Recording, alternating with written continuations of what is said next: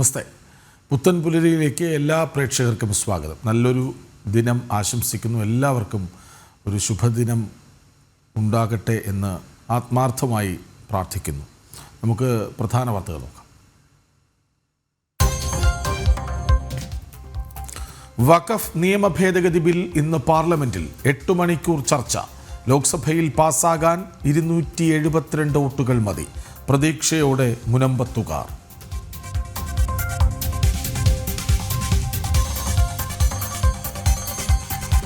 തദ്ദേശ സ്ഥാപനങ്ങളിൽ അഴിമതി തടയേണ്ട ഓംബുഡ്സ്മാൻ നിർജീവം. 1 വർഷത്തിനിടെ ഒരു പരാതി പോലും പരിഹരിച്ചില്ല. അഴിമതി തുടർക്കഥ. ജനം ബ്രേക്കിംഗ്.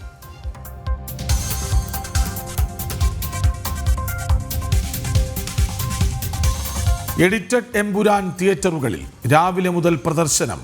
ആകെ 24 മാറ്റങ്ങൾ.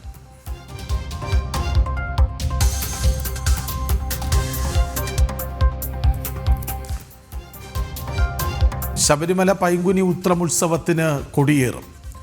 9:45-നും 10:45-നും മധ്യേ തൃക്കൊടിയേറ്റ്. ശ്രീപത്മനാഭസ്വാമി ക്ഷേത്രത്തിലും ഇന്നു മുതൽ ഉത്സവം.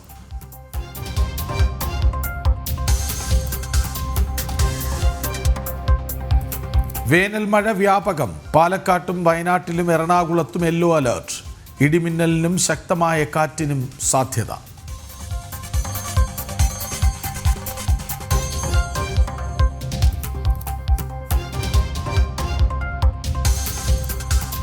മ്യാൻമറിൽ തുടർ ഭൂചലനം. 4.7 തീവ്രത രേഖപ്പെടുത്തി. പാകിസ്ഥാനിലും ഭൂചലനം.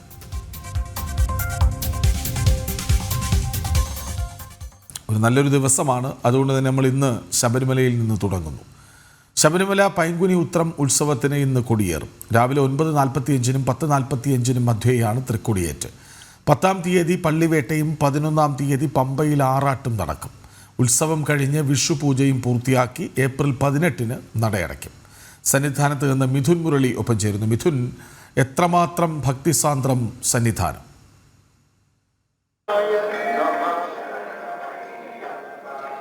കൃഷ്ണരാജ്, അയ്യന്റെ സന്നിധാനം ഭക്തിസാന്ദ്രമാണ്. 18 ദിവസങ്ങൾ ശരണമന്ത്രം മുഖരിതമായി മാറുകയാണ് സന്നിധാനം. ഉത്സവ നാളുകളാണ്. ഉത്സവവുമായി ബന്ധപ്പെട്ടുള്ള തയ്യാറെടുപ്പുകളെല്ലാം പൂർത്തിയായിട്ടുണ്ട്.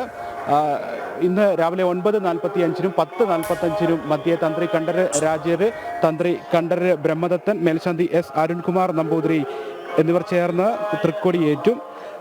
10-ാം തീയതിയാണ് പള്ളിവേട്ട നടക്കുന്നത്. 10-ാം തീയതി രാത്രി 9 മണിക്ക് ശരവൻകുത്തിയിലേക്ക് പള്ളിവേട്ട എഴുന്നള്ളത്ത്. അതിനുശേഷം ഭഗവാൻ തിരിച്ചെത്തി മണ്ഡപത്തിൽ പ്രത്യേകം തയ്യാറാക്കിയിരിക്കുന്ന ശ്രീകോവിലിന് സമീപം പ്രത്യേകം തയ്യാറാക്കിയിരിക്കുന്ന മണ്ഡപത്തിലാണ് അന്ന് പള്ളി ഉറക്കം. 11-ാം തീയതി ആറാട്ട്. 11-ാം തീയതി രാവിലെ ഉഷപൂജയ്ക്കും ആറാട്ട് ബലിക്കും ശേഷം രാവിലെ 9 മണിയോടുകൂടി ആറാട്ട് ഘോഷയാത്ര പമ്പയിലേക്ക് പുറപ്പെടും. 11 മണിക്കാണ് പമ്പയിൽ ആറാട്ട് നടക്കുന്നത്. വൈകിട്ട് 4 മണി വരെ പമ്പ ഗണപതി ക്ഷേത്രത്തിൽ ആറാട്ടിന് ശേഷം ഭഗവാനെ എഴുന്നള്ളിച്ചിരുത്തും. 4 മണിക്ക് ശേഷം ഘോഷയാത്ര സന്നിധാനത്തേക്ക് മടങ്ങും. വൈകിട്ട് ഘോഷയാത്ര സന്നിധാനത്ത് എത്തിയതിനു ശേഷം കൊടിയിറക്കും. അന്ന് രാത്രി 10 മണിക്ക് നടയടയ്ക്കും. 12-ാം തീയതി വിഷു പൂജകൾക്ക് വേണ്ടി തുടർച്ചയായി നട തുറക്കുന്നുണ്ട്. 14-ാം തീയതി വിഷുദിനത്തിൽ പുലർച്ചെ 4 മണിക്ക് മുതൽ വിഷുക്കണി ദർശനം. 18-ാം തീയതിയാണ് വിഷു മേടമാസ പൂജകളെല്ലാം പൂർത്തിയാക്കി ശബരിമല നട അടയ്ക്കുന്നത്. ഇന്നലെ വൈകിട്ട് 4 മണിക്ക് നട തുറന്ന് ഏപ്രിൽ 18 വരെ 18 ദിവസം തുടർച്ചയായി നട തുറന്നിരിക്കുന്നു ഈ മാസം എന്നുള്ള പ്രത്യേകതയുമുണ്ട്. ഇന്നലെ വലിയ തിരക്ക് സന്നിധാനത്ത് അനുഭവപ്പെട്ടില്ല. ഇന്നലെ ദർശനത്തിനെത്തിയ ഭക്തജനങ്ങൾക്കെല്ലാം സുഗമമായി ദർശനം നടത്തുന്നതിനുള്ള സൗകര്യം സന്നിധാനത്ത് ഇന്ന് രാവിലെയും സമാനമായ സാഹചര്യം തന്നെയാണ്. ഭക്തർ കൃഷ്ണരാജ്, തിരക്ക് നന്നേ കുറവാണ്. ഭക്തജനങ്ങൾക്ക് എല്ലാവർക്കും 18-ാം പടി തൊഴുതു കയറി ദർശനം സാധ്യമാകുന്ന ദിവസങ്ങളാണ് ഇന്നലെയും ഇന്നും എത്തിയ ഭക്തജനങ്ങൾക്ക് സാധ്യമാകുന്നത്. അപൂർവമായി മാത്രം സിദ്ധിക്കുന്ന ഒരു കാര്യമാണ് 18-ാം പടി തൊഴുതു കയറി സാവധാനം സുഗമമായി ദർശനം നടത്തുക എന്നുള്ള സൗകര്യം. അത് ഇന്നലെയും ഇന്നും എത്തുന്ന ഭക്തജനങ്ങൾ കൊണ്ട് നന്നേ കുറവാണ് തിരക്ക്. ഭക്തജനങ്ങൾക്ക് എല്ലാവർക്കും സാവധാനം 18-ാം പടി കയറി തിരക്കൊന്നും കൂടാതെ അയ്യനെ ദർശിക്കുന്നതിനുള്ള ഒരു 18 ദിവസം തുടർച്ചയായി ദർശനത്തിന് അവസരമുണ്ട് എന്നത് സീസൺ അല്ലല്ലോ. അതൊരു പക്ഷേ ഭക്തജനങ്ങളുടെ വരവിൽ കുറവുണ്ടാക്കി, അല്ലെങ്കിൽ ഭക്തജന പ്രവാഹം ഉണ്ടായില്ല എന്നതിന് കാരണം അതാകാം അല്ലേ?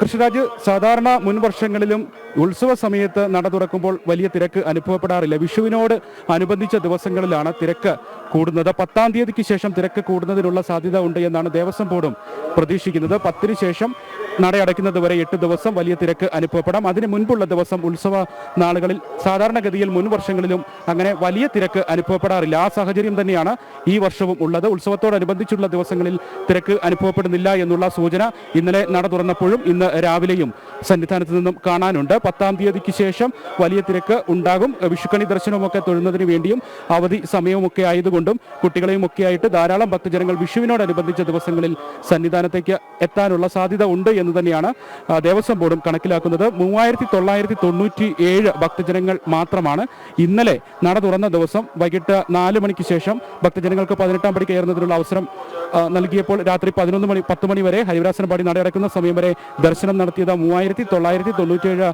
ഭക്തജനങ്ങൾ മാത്രമാണ്. ഇന്നും സമാനമായ സാഹചര്യം തന്നെയാണ്. രാവിലെ ഒട്ടും തിരക്കില്ല, നന്നേ തിരക്ക് കുറവ് എന്ന് തന്നെ പറയാം.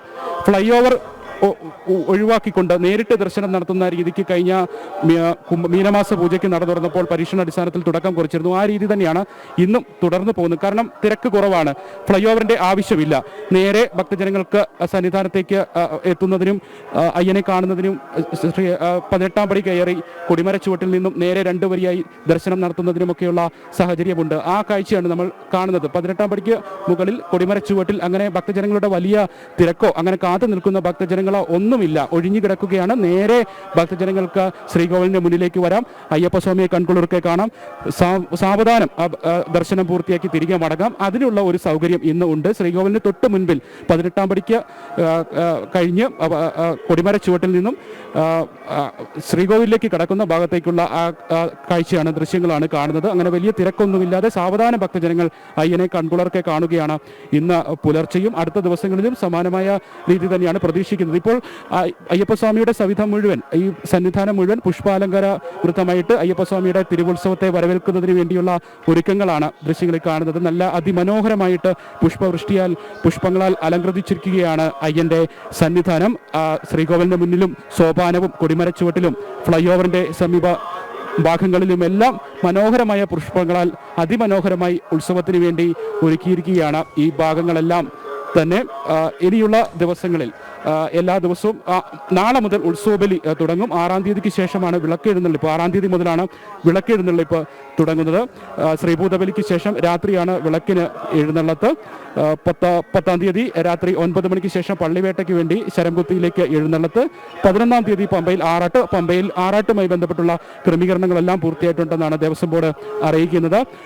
2 ആനകൾ ആറാട്ടിന് വേണ്ടി സജ്ജമാണ്. ഒരാന ആറാട്ട് എഴുന്നള്ളത്ത് പമ്പയിലേക്ക് പോകുമ്പോഴും തിരികെ സന്നിധാനത്തേക്ക് ഘോഷയാത്ര തിരികെ എത്തുമ്പോൾ മറ്റൊരു ആനയും തിടമ്പേറ്റും. വെളിനെല്ലൂർ ദേവസ്വത്തിലെ മണികണ്ഠൻ എന്ന ആനയാണ് ഈ 10 ദിവസവും ക്ഷേത്രത്തിൽ ഉത്സവവുമായി ബന്ധപ്പെട്ട് ഭഗവാന്റെ തിടമ്പേറ്റാൻ വേണ്ടി നിയോഗിച്ചിരിക്കുന്നത്. അങ്ങനെ എല്ലാ ക്രമീകരണങ്ങളും ഉത്സവവുമായി ബന്ധപ്പെട്ടുള്ളത് സന്നിധാനത്ത് കൃത്യമായി തന്നെ ക്രമീകരിച്ചിരിക്കുന്നു, സജ്ജമാണ്. ഇനി ഭക്തജനങ്ങളുടെ സാന്നിധ്യം കൂടുതൽ തിരക്ക് അനുഭവപ്പെടുന്ന ദിവസങ്ങളിൽ കൂടുതൽ ക്രമീകരണങ്ങൾ വിവിധ വിഭാഗങ്ങളുമായി ബന്ധപ്പെട്ട് KSRTC ആരോഗ്യ വിഭാഗം അടക്കമുള്ള മറ്റ് പോലീസ് സേന അടക്കമുള്ള വിഭാഗങ്ങളെയെല്ലാം സാധാരണ മാസപൂജയ്ക്ക് എന്ന രീതിയിൽ തന്നെയാണ് ഇപ്പോൾ നിലവിൽ ക്രമീകരിച്ചിരിക്കുന്നത്.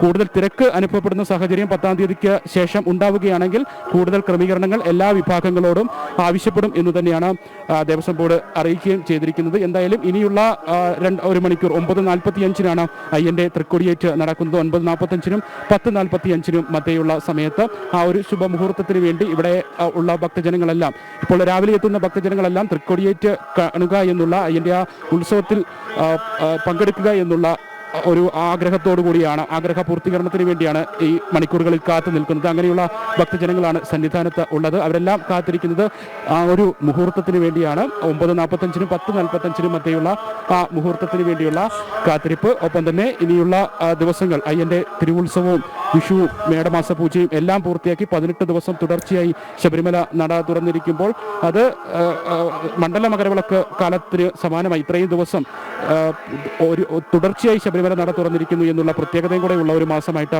ഈ ഏപ്രിൽ മാസത്തിൽ നട തുറക്കുമ്പോൾ മാറുകയാണ്. മണ്ഡല മകരവിളക്ക് കാലത്ത് സമാനമായിട്ടുള്ള ഒരു തിരക്ക് അനുഭവപ്പെടുന്ന സാധാരണഗതിയിൽ വിഷു സമയത്താണ്. ഏപ്രിൽ 10 കഴിഞ്ഞതിന് വിഷുവിനോട് അടുക്കുന്ന ദിവസങ്ങളിലാണ്. അതുകൊണ്ട് ഈ സമയത്ത് ഇപ്പോൾ ഉത്സവത്തിന് നട തുറന്നപ്പോൾ തിരക്ക് ഇല്ല എന്ന് ഉണ്ടെങ്കിലും ഇനിയുള്ള ദിവസങ്ങളിൽ തിരക്ക് ഉണ്ടാകും. തിരക്ക് വർദ്ധിക്കാനുള്ള സാധ്യതയും അതിന് വേണ്ട മുന്നൊരുക്കങ്ങളും ദേവസ്വം ബോർഡ് കണക്കിലെടുക്കുകയും ചെയ്യുന്നുണ്ടെന്നാണ് ദേവസ്വം ബോർഡ് അധികൃതരിൽ നിന്നും നമുക്ക് മനസ്സിലാക്കാൻ സാധിക്കുന്നത്. എല്ലാ വർഷവും വിഷുവിനോടനുബന്ധിച്ച് വിഷുദിനത്തിലുമൊക്കെ വലിയ തിരക്ക് ഉണ്ടാകാനുള്ള സാധ്യത തിരക്ക് അനുഭവപ്പെടുന്നുണ്ട്. ആ ഒരു തിരക്ക് ഇനിയുള്ള ദിവസങ്ങളിലും അനുഭവപ്പെടും. അത് 10-ാം തീയതിക്ക് ശേഷമായിരിക്കും എന്ന് തന്നെയാണ് വിലയിരുത്തുകയും ചെയ്യുന്നത്. എന്തായാലും ഏറ്റവും മനോഹരമായി അയ്യൻ്റെ തിരുവുത്സവം കൊണ്ടാടുന്നതിന് വേണ്ടിയുള്ള തയ്യാറെടുപ്പുകളെല്ലാം സന്നിധാനത്തേക്ക് പൂർത്തിയായിരിക്കുന്നു. അതിനുവേണ്ടിയുള്ള എല്ലാ ഒരുക്കങ്ങളും പൂർത്തിയായിരിക്കുന്നു. ക്രമീകരണങ്ങളെല്ലാം പൂർത്തിയായിരിക്കുന്നു. ഇനി ആ ശുഭമുഹൂർത്തത്തിന് വേണ്ടി തൃക്കൊടിയേറ്റിന് വേണ്ടിയുള്ള ആ സമയത്തിന് വേണ്ടിയുള്ള കാത്തിരിപ്പാണ്. അതിമനോഹരമായി പ്രൗഢഗംഭീരമായി പുഷ്പാലങ്കൃത വൃദ്ധമായിട്ടുള്ള സന്നിധാനം, മനോഹരമായിട്ടുള്ള ആ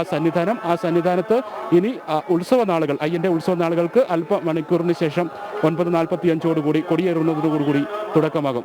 കൃഷ്ണ മിഥുൻ മുരളി, അവിടുത്തെ സാഹചര്യം എങ്ങനെയാണെന്ന് അറിയില്ല. പക്ഷേ ഭക്തരുടെ എണ്ണം കുറവാണ്. കാരണം 18 ദിവസം തുടർച്ചയായി ഉണ്ടല്ലോ. വിഷു ദർശനം വരുന്നുണ്ട്, മേട വിഷു ചടങ്ങുകൾ വരുന്നുണ്ട്. ഈ ഉത്സവം സമാപിച്ചു കഴിഞ്ഞാൽ ഉടൻ തന്നെ. എങ്കിലും ഭക്തരുമായി നമുക്ക് എത്തിച്ചേരാനുള്ള പരിമിതികൾ അവിടെ ഉണ്ടാകും. എങ്കിലും ഭക്തരുടെ പ്രതികരണങ്ങളിലേക്ക് കൂടി കഴിയുമെങ്കിൽ പോകാം. തീർച്ചയായും കൃഷ്ണരാജ്, മറ്റ് അന്യ സംസ്ഥാനങ്ങളിൽ നിന്നെത്തുന്ന ഭക്തജനങ്ങളുടെ വലിയ തിരക്കൊന്നും ഇത്തവണ ഇല്ല. ഞാൻ നേരത്തെ സൂചിപ്പിച്ചതുപോലെ 3997 ഭക്തജനങ്ങൾ മാത്രമാണ് ഇന്നലെ ദർശനം നടത്തിയത്. സമാനമായ സാഹചര്യം തന്നെയാണ് ഇന്നും ഉള്ളത്. വലിയ ഭക്തജന തിരക്കൊന്നും അനുഭവപ്പെടുന്നില്ല. സ്വാമി ശരണം, എവിടുന്നാണ് വരുന്നത്? ഞാൻ മെഡിക്കൽ കോളേജിൽ ട്രിവാൻഡ്രത്ത്, പുള്ളി വെങ്ങാനൂരിന്ന് വരുന്നു. വലിയ തിരക്കില്ല, സാവധാനം അയ്യനെ തൊഴാനുള്ള ഒരു സൗകര്യം കിട്ടിയല്ലേ? നല്ലൊരു സമ്പ്രദായമാണ്, നല്ലൊരു കാര്യമാണ്. തൊഴാനുള്ള എല്ലാ കാര്യവും നല്ല രീതിയിൽ നടക്കും. തിരക്കിന്ന് കുറവാണ്, തിരക്ക് കുറവാണ്. എല്ലാ മാസവും വരുന്നതാണ്. പക്ഷെ ഇത്ര സുഖമാരത്തോടെ ഈ ഒരു മാസമേ ഉള്ളൂ. നല്ല സംവിധാനം. ഇതേപോലെ വിട്ടു കഴിഞ്ഞാൽ ഒരു തിരക്കില്ലാതെ ആളുകൾ പോവാം. ഒരു സാഹചര്യങ്ങളുണ്ടല്ലോ, പരമാവധി സമയം ദർശിക്കാൻ നല്ല സുഖമായിട്ട് തൊഴാൻ പറ്റി, കാണാൻ പറ്റി. ഈ ഭക്തജനങ്ങൾ പറഞ്ഞതുപോലെ തന്നെ ഇത്രയും സുഗമമായുള്ള ഒരു ദർശനമൊക്കെ സാധ്യമാവുക ഒരു ഭാഗ്യമായിട്ടാണ് ഭക്തജനങ്ങളെല്ലാം കാണുന്നത്. എവിടെ നിന്നാണ് വരുന്നത്? പുതിയ നിലയിലുള്ള ദർശന സൗകര്യങ്ങളെ വളരെ ഗുണം ചെയ്തിട്ടുണ്ട്. വളരെയധികം ഭക്തർക്ക് ഗുണം ചെയ്യുന്ന. ഇന്ന് തിരക്ക് കുറവായിരുന്നുകൊണ്ട് കൂടുതൽ സമയം സുഗമമായി തൊഴാനും പറ്റിയല്ലേ? തിരക്ക് കുറഞ്ഞത് മാത്രമല്ല, തിരക്കുണ്ടെങ്കിലും ഈ സൗകര്യങ്ങൾ വളരെ ഉപകാരപ്രദമാണ് എല്ലാവർക്കും. കണ്ണൂർ ജില്ല, പേരാവൂർ. തൊഴുതോ? നല്ലോണം തൊഴുതു. ഭഗവാനെ ശരിക്കും പൂർണ്ണമായി ഒരു സന്തോഷത്തിലാണല്ലോ. ഇത്രയും നല്ല രീതിയിൽ നല്ല രീതിയിൽ സിനിമ ആക്ടർ. അത് നമസ്കാരം. തൊഴുതോ? തൊഴുതു. എങ്ങനെയുണ്ടായിരുന്നു? ഇത്രയും തിരക്കൊക്കെ കുറഞ്ഞൊരു സാഹചര്യം ഉണ്ടായിരുന്നു. ഈ സമയം വരുമ്പോൾ എപ്പോഴും നമുക്ക് എങ്ങനെ തിരക്ക് കുറഞ്ഞിട്ട് തന്നെയാണ് കിട്ടാറ്. വളരെ സന്തോഷം. ആക്ച്വലി നല്ല രീതിയിലൊന്ന് തൊഴാൻ പറ്റി. വളരെ നല്ല രീതിയിൽ തൊഴാൻ പറ്റി. നല്ല ദർശനം കിട്ടി. സന്തോഷം. സന്തോഷമായി മടങ്ങും. കൊടിയേറ്റിന് കഴിഞ്ഞിട്ട് ഭക്തരെല്ലാം, ഇന്നെത്തുന്ന ഭക്തജനങ്ങളെല്ലാം അതീവ സന്തോഷകരമായിട്ടുള്ള കാര്യമാണ് അവർ പങ്കുവെക്കാനുള്ളത്. കാരണം നേരത്തെ സൂചിപ്പിച്ചതുപോലെ 18-ാം പടി തൊഴുത് വണങ്ങി സാവധാനം ശ്രീകോവിലിന് മുന്നിലേക്ക് വരിക, അയ്യപ്പസ്വാമിയെ സുഗമമായി ദർശിക്കുക, അത് പരമാവധി സമയം ദർശിക്കുക. സാധാരണ 20 സെക്കൻഡ് 30 സെക്കൻഡ് സമയം മാത്രമാണ്, 20 സെക്കൻഡിനും 30 സെക്കൻഡിനും ഇടയിൽ മാത്രമാണ് അയ്യപ്പസ്വാമിയെ ഒരു നോക്ക് കാണുന്നതിന് വേണ്ടി തിരക്കുള്ള ദിവസങ്ങളിൽ ഭക്തർക്ക് അവസരം ലഭിക്കുക. പക്ഷേ ഈ തിരക്ക് കുറവായതുകൊണ്ട് തന്നെ പരമാവധി സമയം ആ ദിവ്യരൂപം കണ്ട് ദർശിക്കുന്നതിനും ഭക്തി നിറഞ്ഞ മനസ്സോടുകൂടി തിരികെ മടങ്ങുന്നതിനുമൊക്കെയുള്ള അവസരം ഇന്നെത്തിയ ഭക്തജനങ്ങൾക്ക് ഉണ്ട് എന്നുള്ളതാണ്. കുഞ്ഞ് അയ്യപ്പന്മാരടക്കം ഇന്ന് സന്നിധാനത്തേക്ക് എത്തുന്നുണ്ട്. കുഞ്ഞയ്യപ്പൻ എവിടുന്നാ വരുന്നത്?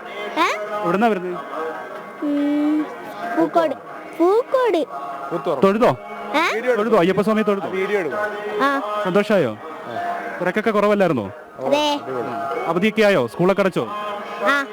സ്കൂളൊക്കെ അടച്ച് അയ്യപ്പസ്വാമിയൊക്കെ ഒന്ന് കാണാൻ വേണ്ടി ഇറങ്ങി. എങ്ങനെ ഉണ്ടായിരുന്നു? തിരക്ക് കുറവല്ലേ? തൊഴുതോ? അത് തിരക്കുണ്ടായിരുന്നു. രാവിലെ എത്തിയ, ഇന്നലെ രാത്രി എത്തിയ നമ്മള്. പിന്നെ ഇവിടെ സ്റ്റേ ചെയ്തിട്ട് പിന്നെ ഇപ്പൊ രാവിലെ ദർശനത്തിന് വന്നു. തിരക്കുണ്ടായിരുന്നില്ല. അതിന്റെ സന്തോഷമാണ്. നല്ല രീതിയിൽ തൊഴാൻ പറ്റും. അടിപൊളി. അമ്മ അച്ഛനൊക്കെ ഉണ്ട്, അവരവിടെ ഉണ്ട്. കൊടിയേറ്റിന് നിൽക്കുന്നുണ്ടോ? കൊടിയേറ്റ് നിൽക്കുന്നുണ്ടോ? കൊടിയേറ്റം കഴിഞ്ഞിട്ട് 9:45 സ്റ്റാർട്ട് ചെയ്യുന്നത്. അതിന് അതിനുവേണ്ടി വെയിറ്റ് ചെയ്തതാണ്. ശരി, താങ്ക് യു.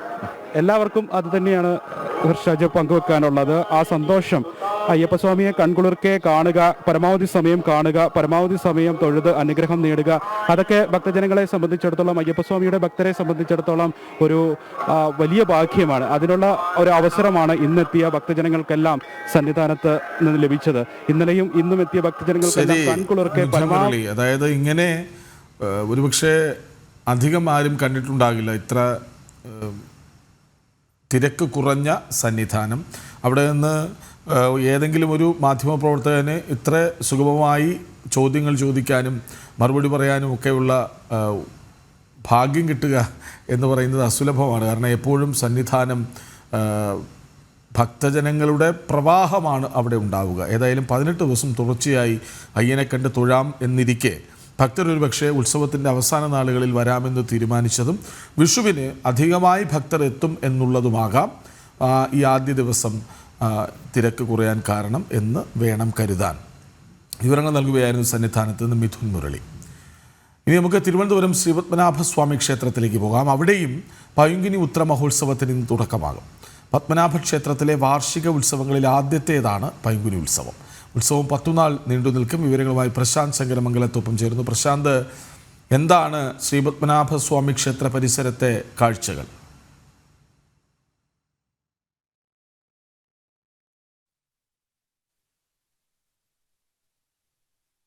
നിവാസികൾ അതീവ പുണ്യമായി കരുതുന്ന 2 ഉത്സവങ്ങളാണ്, പത്മനാഭസ്വാമിയുടെ 2 ഉത്സവങ്ങളാണ് ഈ അൽപ്പശി പൈങ്കുനി മഹോത്സവങ്ങൾ. വർഷത്തിൽ 2 തവണ ഈ തിരുവാറാട്ടോടുകൂടി അവസാനിക്കുന്ന 2 ഉത്സവങ്ങളാണ്. ആ ഉത്സവത്തിന്, പൈങ്കുനി ഉത്സവത്തിനാണ് ഇപ്പോൾ തുടക്കമാകുന്നത്. ക്ഷേത്രത്തിൻ്റെ പരിസരം മുഴുവനും ഭക്തരെ കൊണ്ട് നിറഞ്ഞു നിൽക്കുന്ന ഒരു സാഹചര്യം നമുക്ക് കാണാൻ കഴിയും. പ്രധാനമായും പഞ്ചപാണ്ഡവന്മാരുടെ മൂർത്തി, ആ പഞ്ചപാണ്ഡവന്മാരുടെ മൂർത്തി ഈ കിഴക്കേ നടയിൽ സ്ഥാപിച്ചുകൊണ്ടാണ് ചടങ്ങുകൾ നടക്കുന്നത്. ഇന്ന് 8:30 മണിയോട് കൂടിയാണ് ഈ പൈങ്കുനി ഉത്സവത്തിൻ്റെ ചടങ്ങുകൾ ആരംഭിക്കുക. ചടങ്ങുകൾ ആരംഭിച്ച് കഴിഞ്ഞാൽ ഈ പൗരാണികമായിട്ടുള്ള ചടങ്ങുകൾ, അതായത് പാരമ്പര്യമായ വിധിപ്രകാരമുള്ള, പണ്ട് എങ്ങനെയാണോ നടത്തി വന്നിരുന്നത്, ഈ രാജഭരണകാലത്ത് എങ്ങനെയാണോ നടത്തി വന്നിരുന്നത്, അതിന് സമാനമായ രീതിയിലുള്ള ചടങ്ങുകളാണ്. ആ ചടങ്ങുകളുടെ പവിത്രതയും മാറ്റും ഇന്നും കുറയാതെ സൂക്ഷിക്കുന്ന, അല്ലെങ്കിൽ വിട്ടുപോകാതെ സൂക്ഷിക്കുന്ന ഒരു ക്ഷേത്രം കൂടിയാണ് നമുക്കറിയാം ഈ പത്മനാഭസ്വാമി ക്ഷേത്രം എന്ന് പറയുന്നത്. അതുകൊണ്ട് തന്നെ ആ പരമ്പരാഗതമായിട്ടുള്ള വിധിപ്രകാരം നടത്തുന്ന ചടങ്ങുകളെല്ലാം ഇപ്പോഴും അങ്ങനെ തന്നെ തുടർന്നു പോകുന്നൊരു ഒരേ ഒരു ക്ഷേത്രം കൂടി ആണ് ഈ പത്മനാഭസ്വാമി ക്ഷേത്രമെന്ന് വേണം നമുക്ക് പറയേണ്ടിയിരിക്കുന്നത്. അങ്ങനെ ഒരു അതീവ വൈശിഷ്ട്യം കൂടിയുള്ളൊരു ക്ഷേത്രം കൂടിയാണ് പത്മനാഭസ്വാമി ക്ഷേത്രം. എന്തായാലും 8:45-നും 9:30-നും ഇടയിലുള്ള ശുഭമുഹൂർത്തത്തിലാണ് ഇന്ന് കൊടിയേറ്റ് നടക്കുക. ഈ മാസം 11-ന് വൈകിട്ട് ശംഖുമുഖം കടൽത്തീരത്ത് ആറാട്ട് നടക്കും. ആ തിരുവാറാട്ടോടു കൂടിയാണ് ഈ പൈങ്കുനി മഹോത്സവത്തിന് അവസാനം പരിസമാപ്തി കുറിക്കുന്നത്. ഭക്തരുടെ ഒരു വലിയ തിരക്കും ഈ സാഹചര്യത്തിൽ ഇവിടെ നമുക്ക് കാണാനും കഴിയുന്നുണ്ട്. പൈങ്കുനി ഉത്സവം കൊടിയേറുമ്പോൾ തന്നെ ക്ഷേത്രത്തിൻ്റെ കിഴക്കേ നടയ്ക്ക് മുന്നിൽ ഈ പഞ്ചപാണ്ഡവന്മാരുടെ വലിയ പ്രതിമകൾ സ്ഥാപിക്കും. പഞ്ചപാണ്ഡവന്മാരെ വടക്കേ നടവരെ ആറാട്ട് എഴുന്നള്ളിക്കുകയും ചെയ്യും. ഇത് കാണുവാനും ആയി നിരവധി ഭക്തരാണ് ഇവിടേക്ക് എത്തുന്നത്. വില്ലുമംഗലം മുന്നിൽ പ്രത്യക്ഷപ്പെട്ട ഭഗവാൻ ആണ് എന്ന സങ്കല്പത്തിലാണ് ഇതിൽ ഈ ചടങ്ങുകളൊക്കെ നടത്തുന്നത്. അതിൽ ശിരസ് തിരുവല്ലത്തും പാദം തൃപ്പാദപുരം, അതോടൊപ്പം തന്നെ ഉദരം തിരുവനന്തപുരത്തും കാണപ്പെടുന്നു എന്നുമെല്ലാം ഐതിഹ്യങ്ങൾ പറയുകയും ചെയ്തു. അങ്ങനെ വലിയ മഹത്തരമായൊരു ഐതിഹ്യവും പാരമ്പര്യവും ഒക്കെയുള്ള ക്ഷേത്രം കൂടിയാണ് പത്മനാഭസ്വാമി ക്ഷേത്രം എന്ന് പറയുന്നത്. കലിയുഗാരംഭത്തിൽ പ്രതിഷ്ഠിതമായെന്നാണ് ഈ ക്ഷേത്രത്തെ കരുതപ്പെടുന്നത്. ശ്രീപത്മനാഭസ്വാമി ക്ഷേത്രത്തിൻ്റെ ഉത്സവം നടക്കുന്നത് ആണ്ടിൽ 2 തവണയാണ്. ഞാൻ നേരത്തെ പറഞ്ഞതുപോലെ തുലാമാസത്തിലാണ് അൽപ്പശി ഉത്സവം നടക്കുക.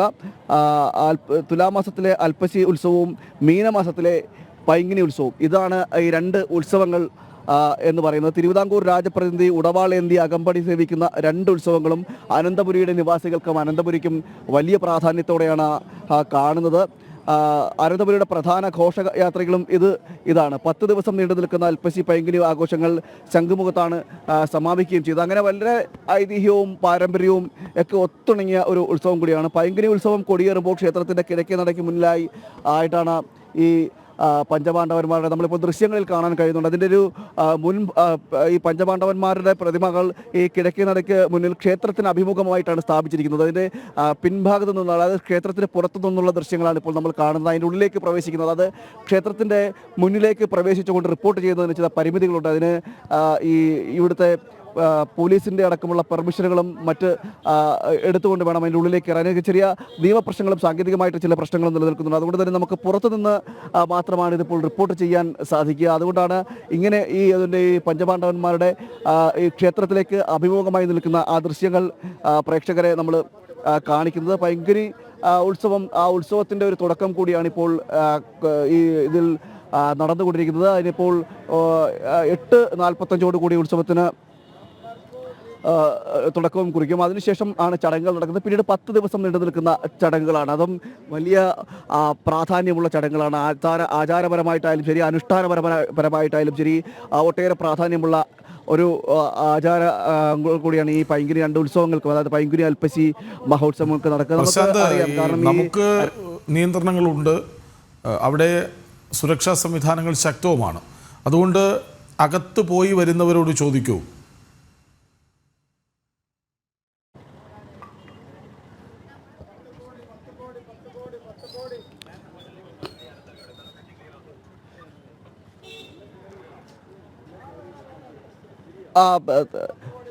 കൃഷ്ണ, തീർച്ചയായും ഇത് നമുക്ക് നിയന്ത്രണങ്ങളുണ്ട്. ക്യാമറ അടക്കമുള്ളവ ഉള്ളിലേക്ക് ഉള്ള ഒരു റിപ്പോർട്ടിങ്ങിനാണ് ഇപ്പോൾ നിയന്ത്രണമുള്ളത്. ഏതായാലും ദർശനത്തിൻ്റെ സമയത്തിനും ഒരു സമയക്രമീകരണങ്ങളും നടത്തിയിട്ടുണ്ട്. അതായത് ഇപ്പോൾ 8 മണിക്ക് ഇനി ദർശനം 8 മണിക്ക് ശേഷം മാത്രമാണ്. 8 മണിക്ക് ശേഷം അല്പസമയം മാത്രമാണ് ദർശനമുള്ളത്. അത് കഴിഞ്ഞതിന് ശേഷം 10 മിനിറ്റ് മാത്രമാണ് ദർശനമുള്ളത്. പിന്നീടും ചടങ്ങുകൾ നടക്കും ക്ഷേത്രത്തിൽ. ആ ചടങ്ങുകൾ നടന്നതിന് ശേഷം മാത്രമാണ് 10:30 ശേഷം മാത്രമാണ് ഇനി ക്ഷേത്രത്തിനുള്ളിലേക്ക് ഭക്തരെ പ്രവേശിപ്പിച്ചുകൊണ്ടൊരു ദർശനം നടക്കുക. അങ്ങനെ ആണ് ഈ ചേച്ചി ദർശനം നടത്തിയായിരുന്നു. ഭക്തർ ഇങ്ങനെ വരുന്നതാണ്. കാരണം ഈ നിയന്ത്രണമുള്ളത് കൊണ്ട് തന്നെ, ക്ഷേത്രത്തിലെ ദർശനത്തിന് നിയന്ത്രണമുള്ളത് കൊണ്ട് തന്നെ നേരത്തെ തന്നെ ദർശനം നടത്തി പോയവരാണ് ഭക്തർ മുഴുവനും.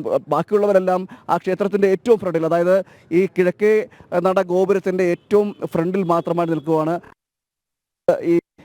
ഈ പഞ്ചപാണ്ഡവന്മാരുടെയും അതോടൊപ്പം തന്നെ നിലവിലെ ഇവിടുത്തെ തോരണങ്ങളും അടക്കമുള്ളവരുടെ സൗന്ദര്യം ആസ്വദിക്കുകയും അതിനുശേഷം അതിൽ നിന്നുകൊണ്ട് തന്നെ തൊഴുത് അങ്ങ് മാറിപ്പോകുന്നൊരു സാഹചര്യമാണുള്ളത്. ഏറ്റവും മുന്നിലേക്കായിട്ട് ആളുകൾ എത്തുന്നത് വളരെ കുറവാണ്. അതായത് ഈ ദർശനത്തിൻ്റെ ഒരു നിയന്ത്രണം വെച്ചിരിക്കുന്നത് കൊണ്ട് തന്നെ നമുക്കറിയാം, ഈ പത്മനാഭസ്വാമി ക്ഷേത്രത്തെ സംബന്ധിച്ചിടത്തോളം പറയുകയാണെങ്കിൽ ഈ നടപ്പാത മുഴുവനും, അതായത് ഈ പ്രധാന വീതി ക്ഷേത്രത്തിലേക്കുള്ള നടപ്പാത മുഴുവനും ഭക്തർക്ക് ഒരു നിറയേണ്ട ഒരു സാഹചര്യമാണുള്ളത്. പക്ഷേ ദർശനത്തിൻ്റെ നിയന്ത്രണം ദർശനത്തിന് നിയന്ത്രണം വന്നിരിക്കുന്നു. അതുകൊണ്ട് തന്നെ അതിനുള്ളിലേക്ക് പ്രവേശിക്കുന്നതിനടക്കം ഒരു ചെറിയ നിയന്ത്രണങ്ങളുണ്ട്. അതോടൊപ്പം തന്നെ ഭക്തരുടെ കാര്യത്തിലും ഈ ദർശനം കഴിഞ്ഞ് വരുന്ന ഭക്തർ അവിടെ നിന്ന് തന്നെ മടങ്ങിപ്പോവുകയും ഏറെ സമയം ഈ സ്ഥലത്ത് തന്നെ, അതായത് ഈ ശ്രീ കോവിലിന് മുന്നിലായിട്ടുള്ള ആ പ്രധാന ഗോപുരത്തിൻ്റെ ഭാഗത്ത് തന്നെ നിലയുറപ്പിക്കുകയും ചെയ്യുന്നുണ്ട്. അതുകൊണ്ട് തന്നെയാണ് ഈ പ്രതികരണം തേടുന്നതിൻ്റെ ഒരു ചെറിയ പ്രശ്നങ്ങളുമുള്ളത്. മാത്രമല്ല മറ്റ് ഈ പത്മനാഭസ്വാമി ക്ഷേത്രത്തെ സംബന്ധിച്ചിടത്തോളം അന്യ സംസ്ഥാനങ്ങളിൽ നടക്കുമ്പോൾ നിരവധി ഭക്തർ വരികയും ചെയ്യും. അവർക്ക്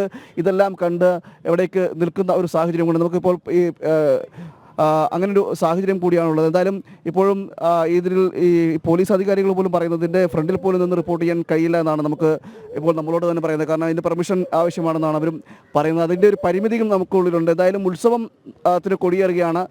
പൈങ്കുനി ഉത്സവം മീനമാസത്തിൽ നടക്കുന്ന പൈങ്കുനി മഹോത്സവത്തിനാണ് ഇപ്പോൾ കൊടിയേറുന്നത്. അതിൻ്റെ തുടക്കം ചടങ്ങുകൾ നടന്നുകൊണ്ടിരിക്കുന്നു. ക്ഷേത്രത്തിലും അതിൻ്റെ ആചാരപരവും അനുഷ്ഠാനപരവുമായിട്ടുള്ള ചടങ്ങുകൾ നടന്നുകൊണ്ടിരിക്കുകയാണ്. അല്പസമയത്തിനുള്ളിൽ ഈ ചടങ്ങുകൾ അതിൻ്റെ ഒരു പൂർത്തീകരണത്തിലേക്ക് എത്തുകയും ചെയ്യും. എന്തായാലും പത്മനാഭസ്വാമി ക്ഷേത്രത്തിലെ 2 മഹോത്സവങ്ങൾ, അതിൽ പ്രധാനപ്പെട്ട 2 മഹോത്സവങ്ങളാണ് അൽപ്പശിയും പൈങ്കുനിയും. അതിലെ പൈങ്കുനി മഹോത്സവത്തിൻ്റെ ചടങ്ങുകളാണ് ഇപ്പോൾ പുരോഗമിക്കുന്നത്. അതിൻ്റെ ഭാഗമായിട്ടാണ് ഈ ക്ഷേത്രത്തിൻ്റെ മുന്നിൽ പഞ്ചപാണ്ഡവന്മാരുടെ അടക്കം പ്രതിമകൾ സ്ഥാപിച്ചുകൊണ്ട് ഈ ഉത്സവത്തിലേക്ക് കടക്കുന്നത്. കൃഷ്ണരാജ്.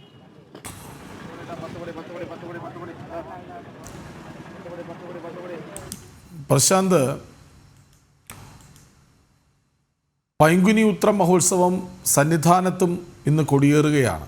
അപ്പോൾ 2 പ്രധാനപ്പെട്ട ക്ഷേത്രങ്ങൾ, ഭക്തർ ഏറ്റവും അധികം എത്തി ഭഗവാനെ കണ്ട് തൊഴുതു വണങ്ങിപ്പോകുന്ന 2 പ്രധാനപ്പെട്ട ക്ഷേത്രങ്ങൾ, 2ഇടത്തും പൈങ്കുനി ഉത്ര മഹോത്സവത്തിന് കൊടിയേറുകയാണ്. അനന്തപുരിയെ സംബന്ധിച്ചിടത്തോളം എത്രമാത്രം പ്രാധാന്യമുണ്ട് പത്മനാഭസ്വാമി ക്ഷേത്രത്തിലെ പൈങ്കുനി ഉത്ര മഹോത്സവത്തിന്?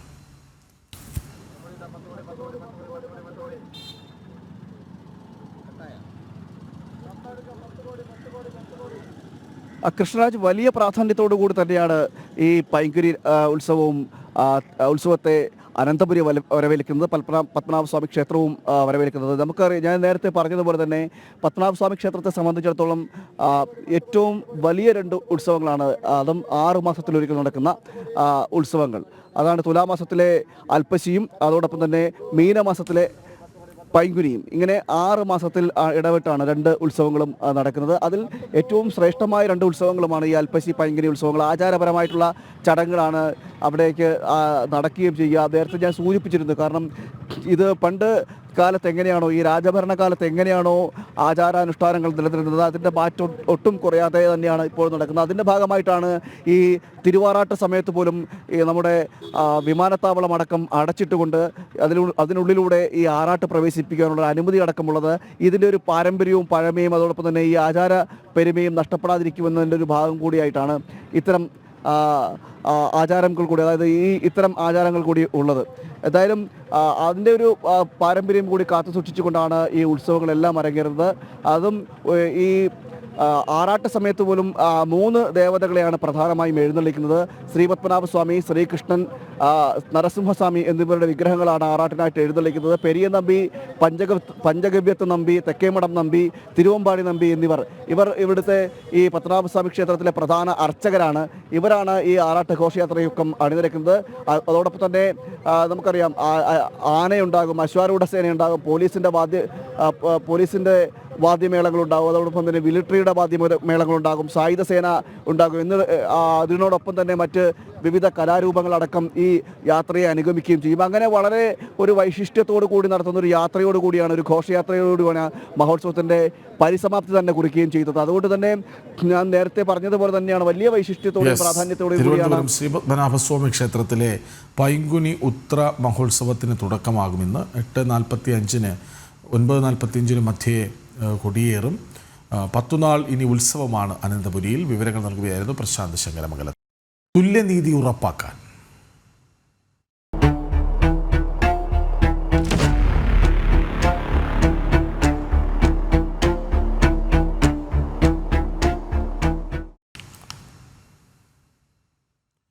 വഖഫ് നിയമ ഭേദഗതി ബിൽ ഇന്ന് പാർലമെന്റിൽ അവതരിപ്പിക്കും. ഉച്ചയ്ക്ക് 12 മണിക്കാകും ബിൽ ലോക്സഭയിൽ അവതരിപ്പിക്കുക.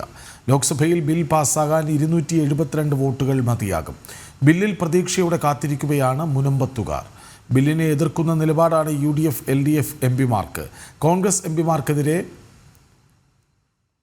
ഹൈബി ഈഡൻ എംപിയുടെ ഓഫീസ് പരിസരത്ത് ഇന്നലെ പോസ്റ്ററുകൾ പ്രത്യക്ഷപ്പെട്ടിരുന്നു. മുനമ്പം ജനതയുടെ പേരിലാണ് പോസ്റ്റർ. വിവരങ്ങളുമായി ജിഷ്ണു കൃഷ്ണനും രേഷ്മ ബാബുവും ഒപ്പം ചേരും. ആദ്യം രേഷ്മ ബാബുവിലേക്ക് പോകാം.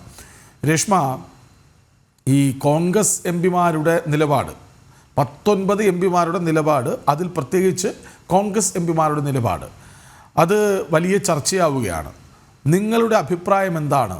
കൃത്യമായൊരു ഉത്തരം തരൂ എന്ന് മുനമ്പത്തുകാർ ദിവസങ്ങളായി ചോദിക്കുന്നുണ്ട്. ഉത്തരമില്ല അവർക്ക്.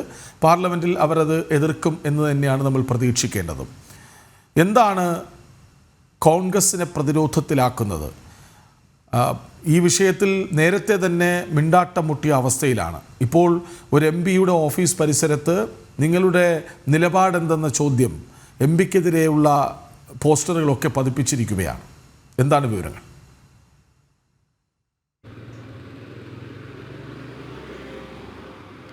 കൃഷ്ണരാജ്, വഖഫ് ഭേദഗതി ബില്ലിനെ അതിനെ അനുകൂലിച്ചുകൊണ്ടുള്ള ഒരു സമീപനം അല്ലെങ്കിൽ വോട്ട് ചെയ്യണമെന്നുള്ള ഒരു ആവശ്യം നേരത്തെ തന്നെ മുൻപത്തെ ജനത കേരളത്തിൽ നിന്നുള്ള എംപിമാരോട് ആവശ്യപ്പെട്ടിരുന്നു.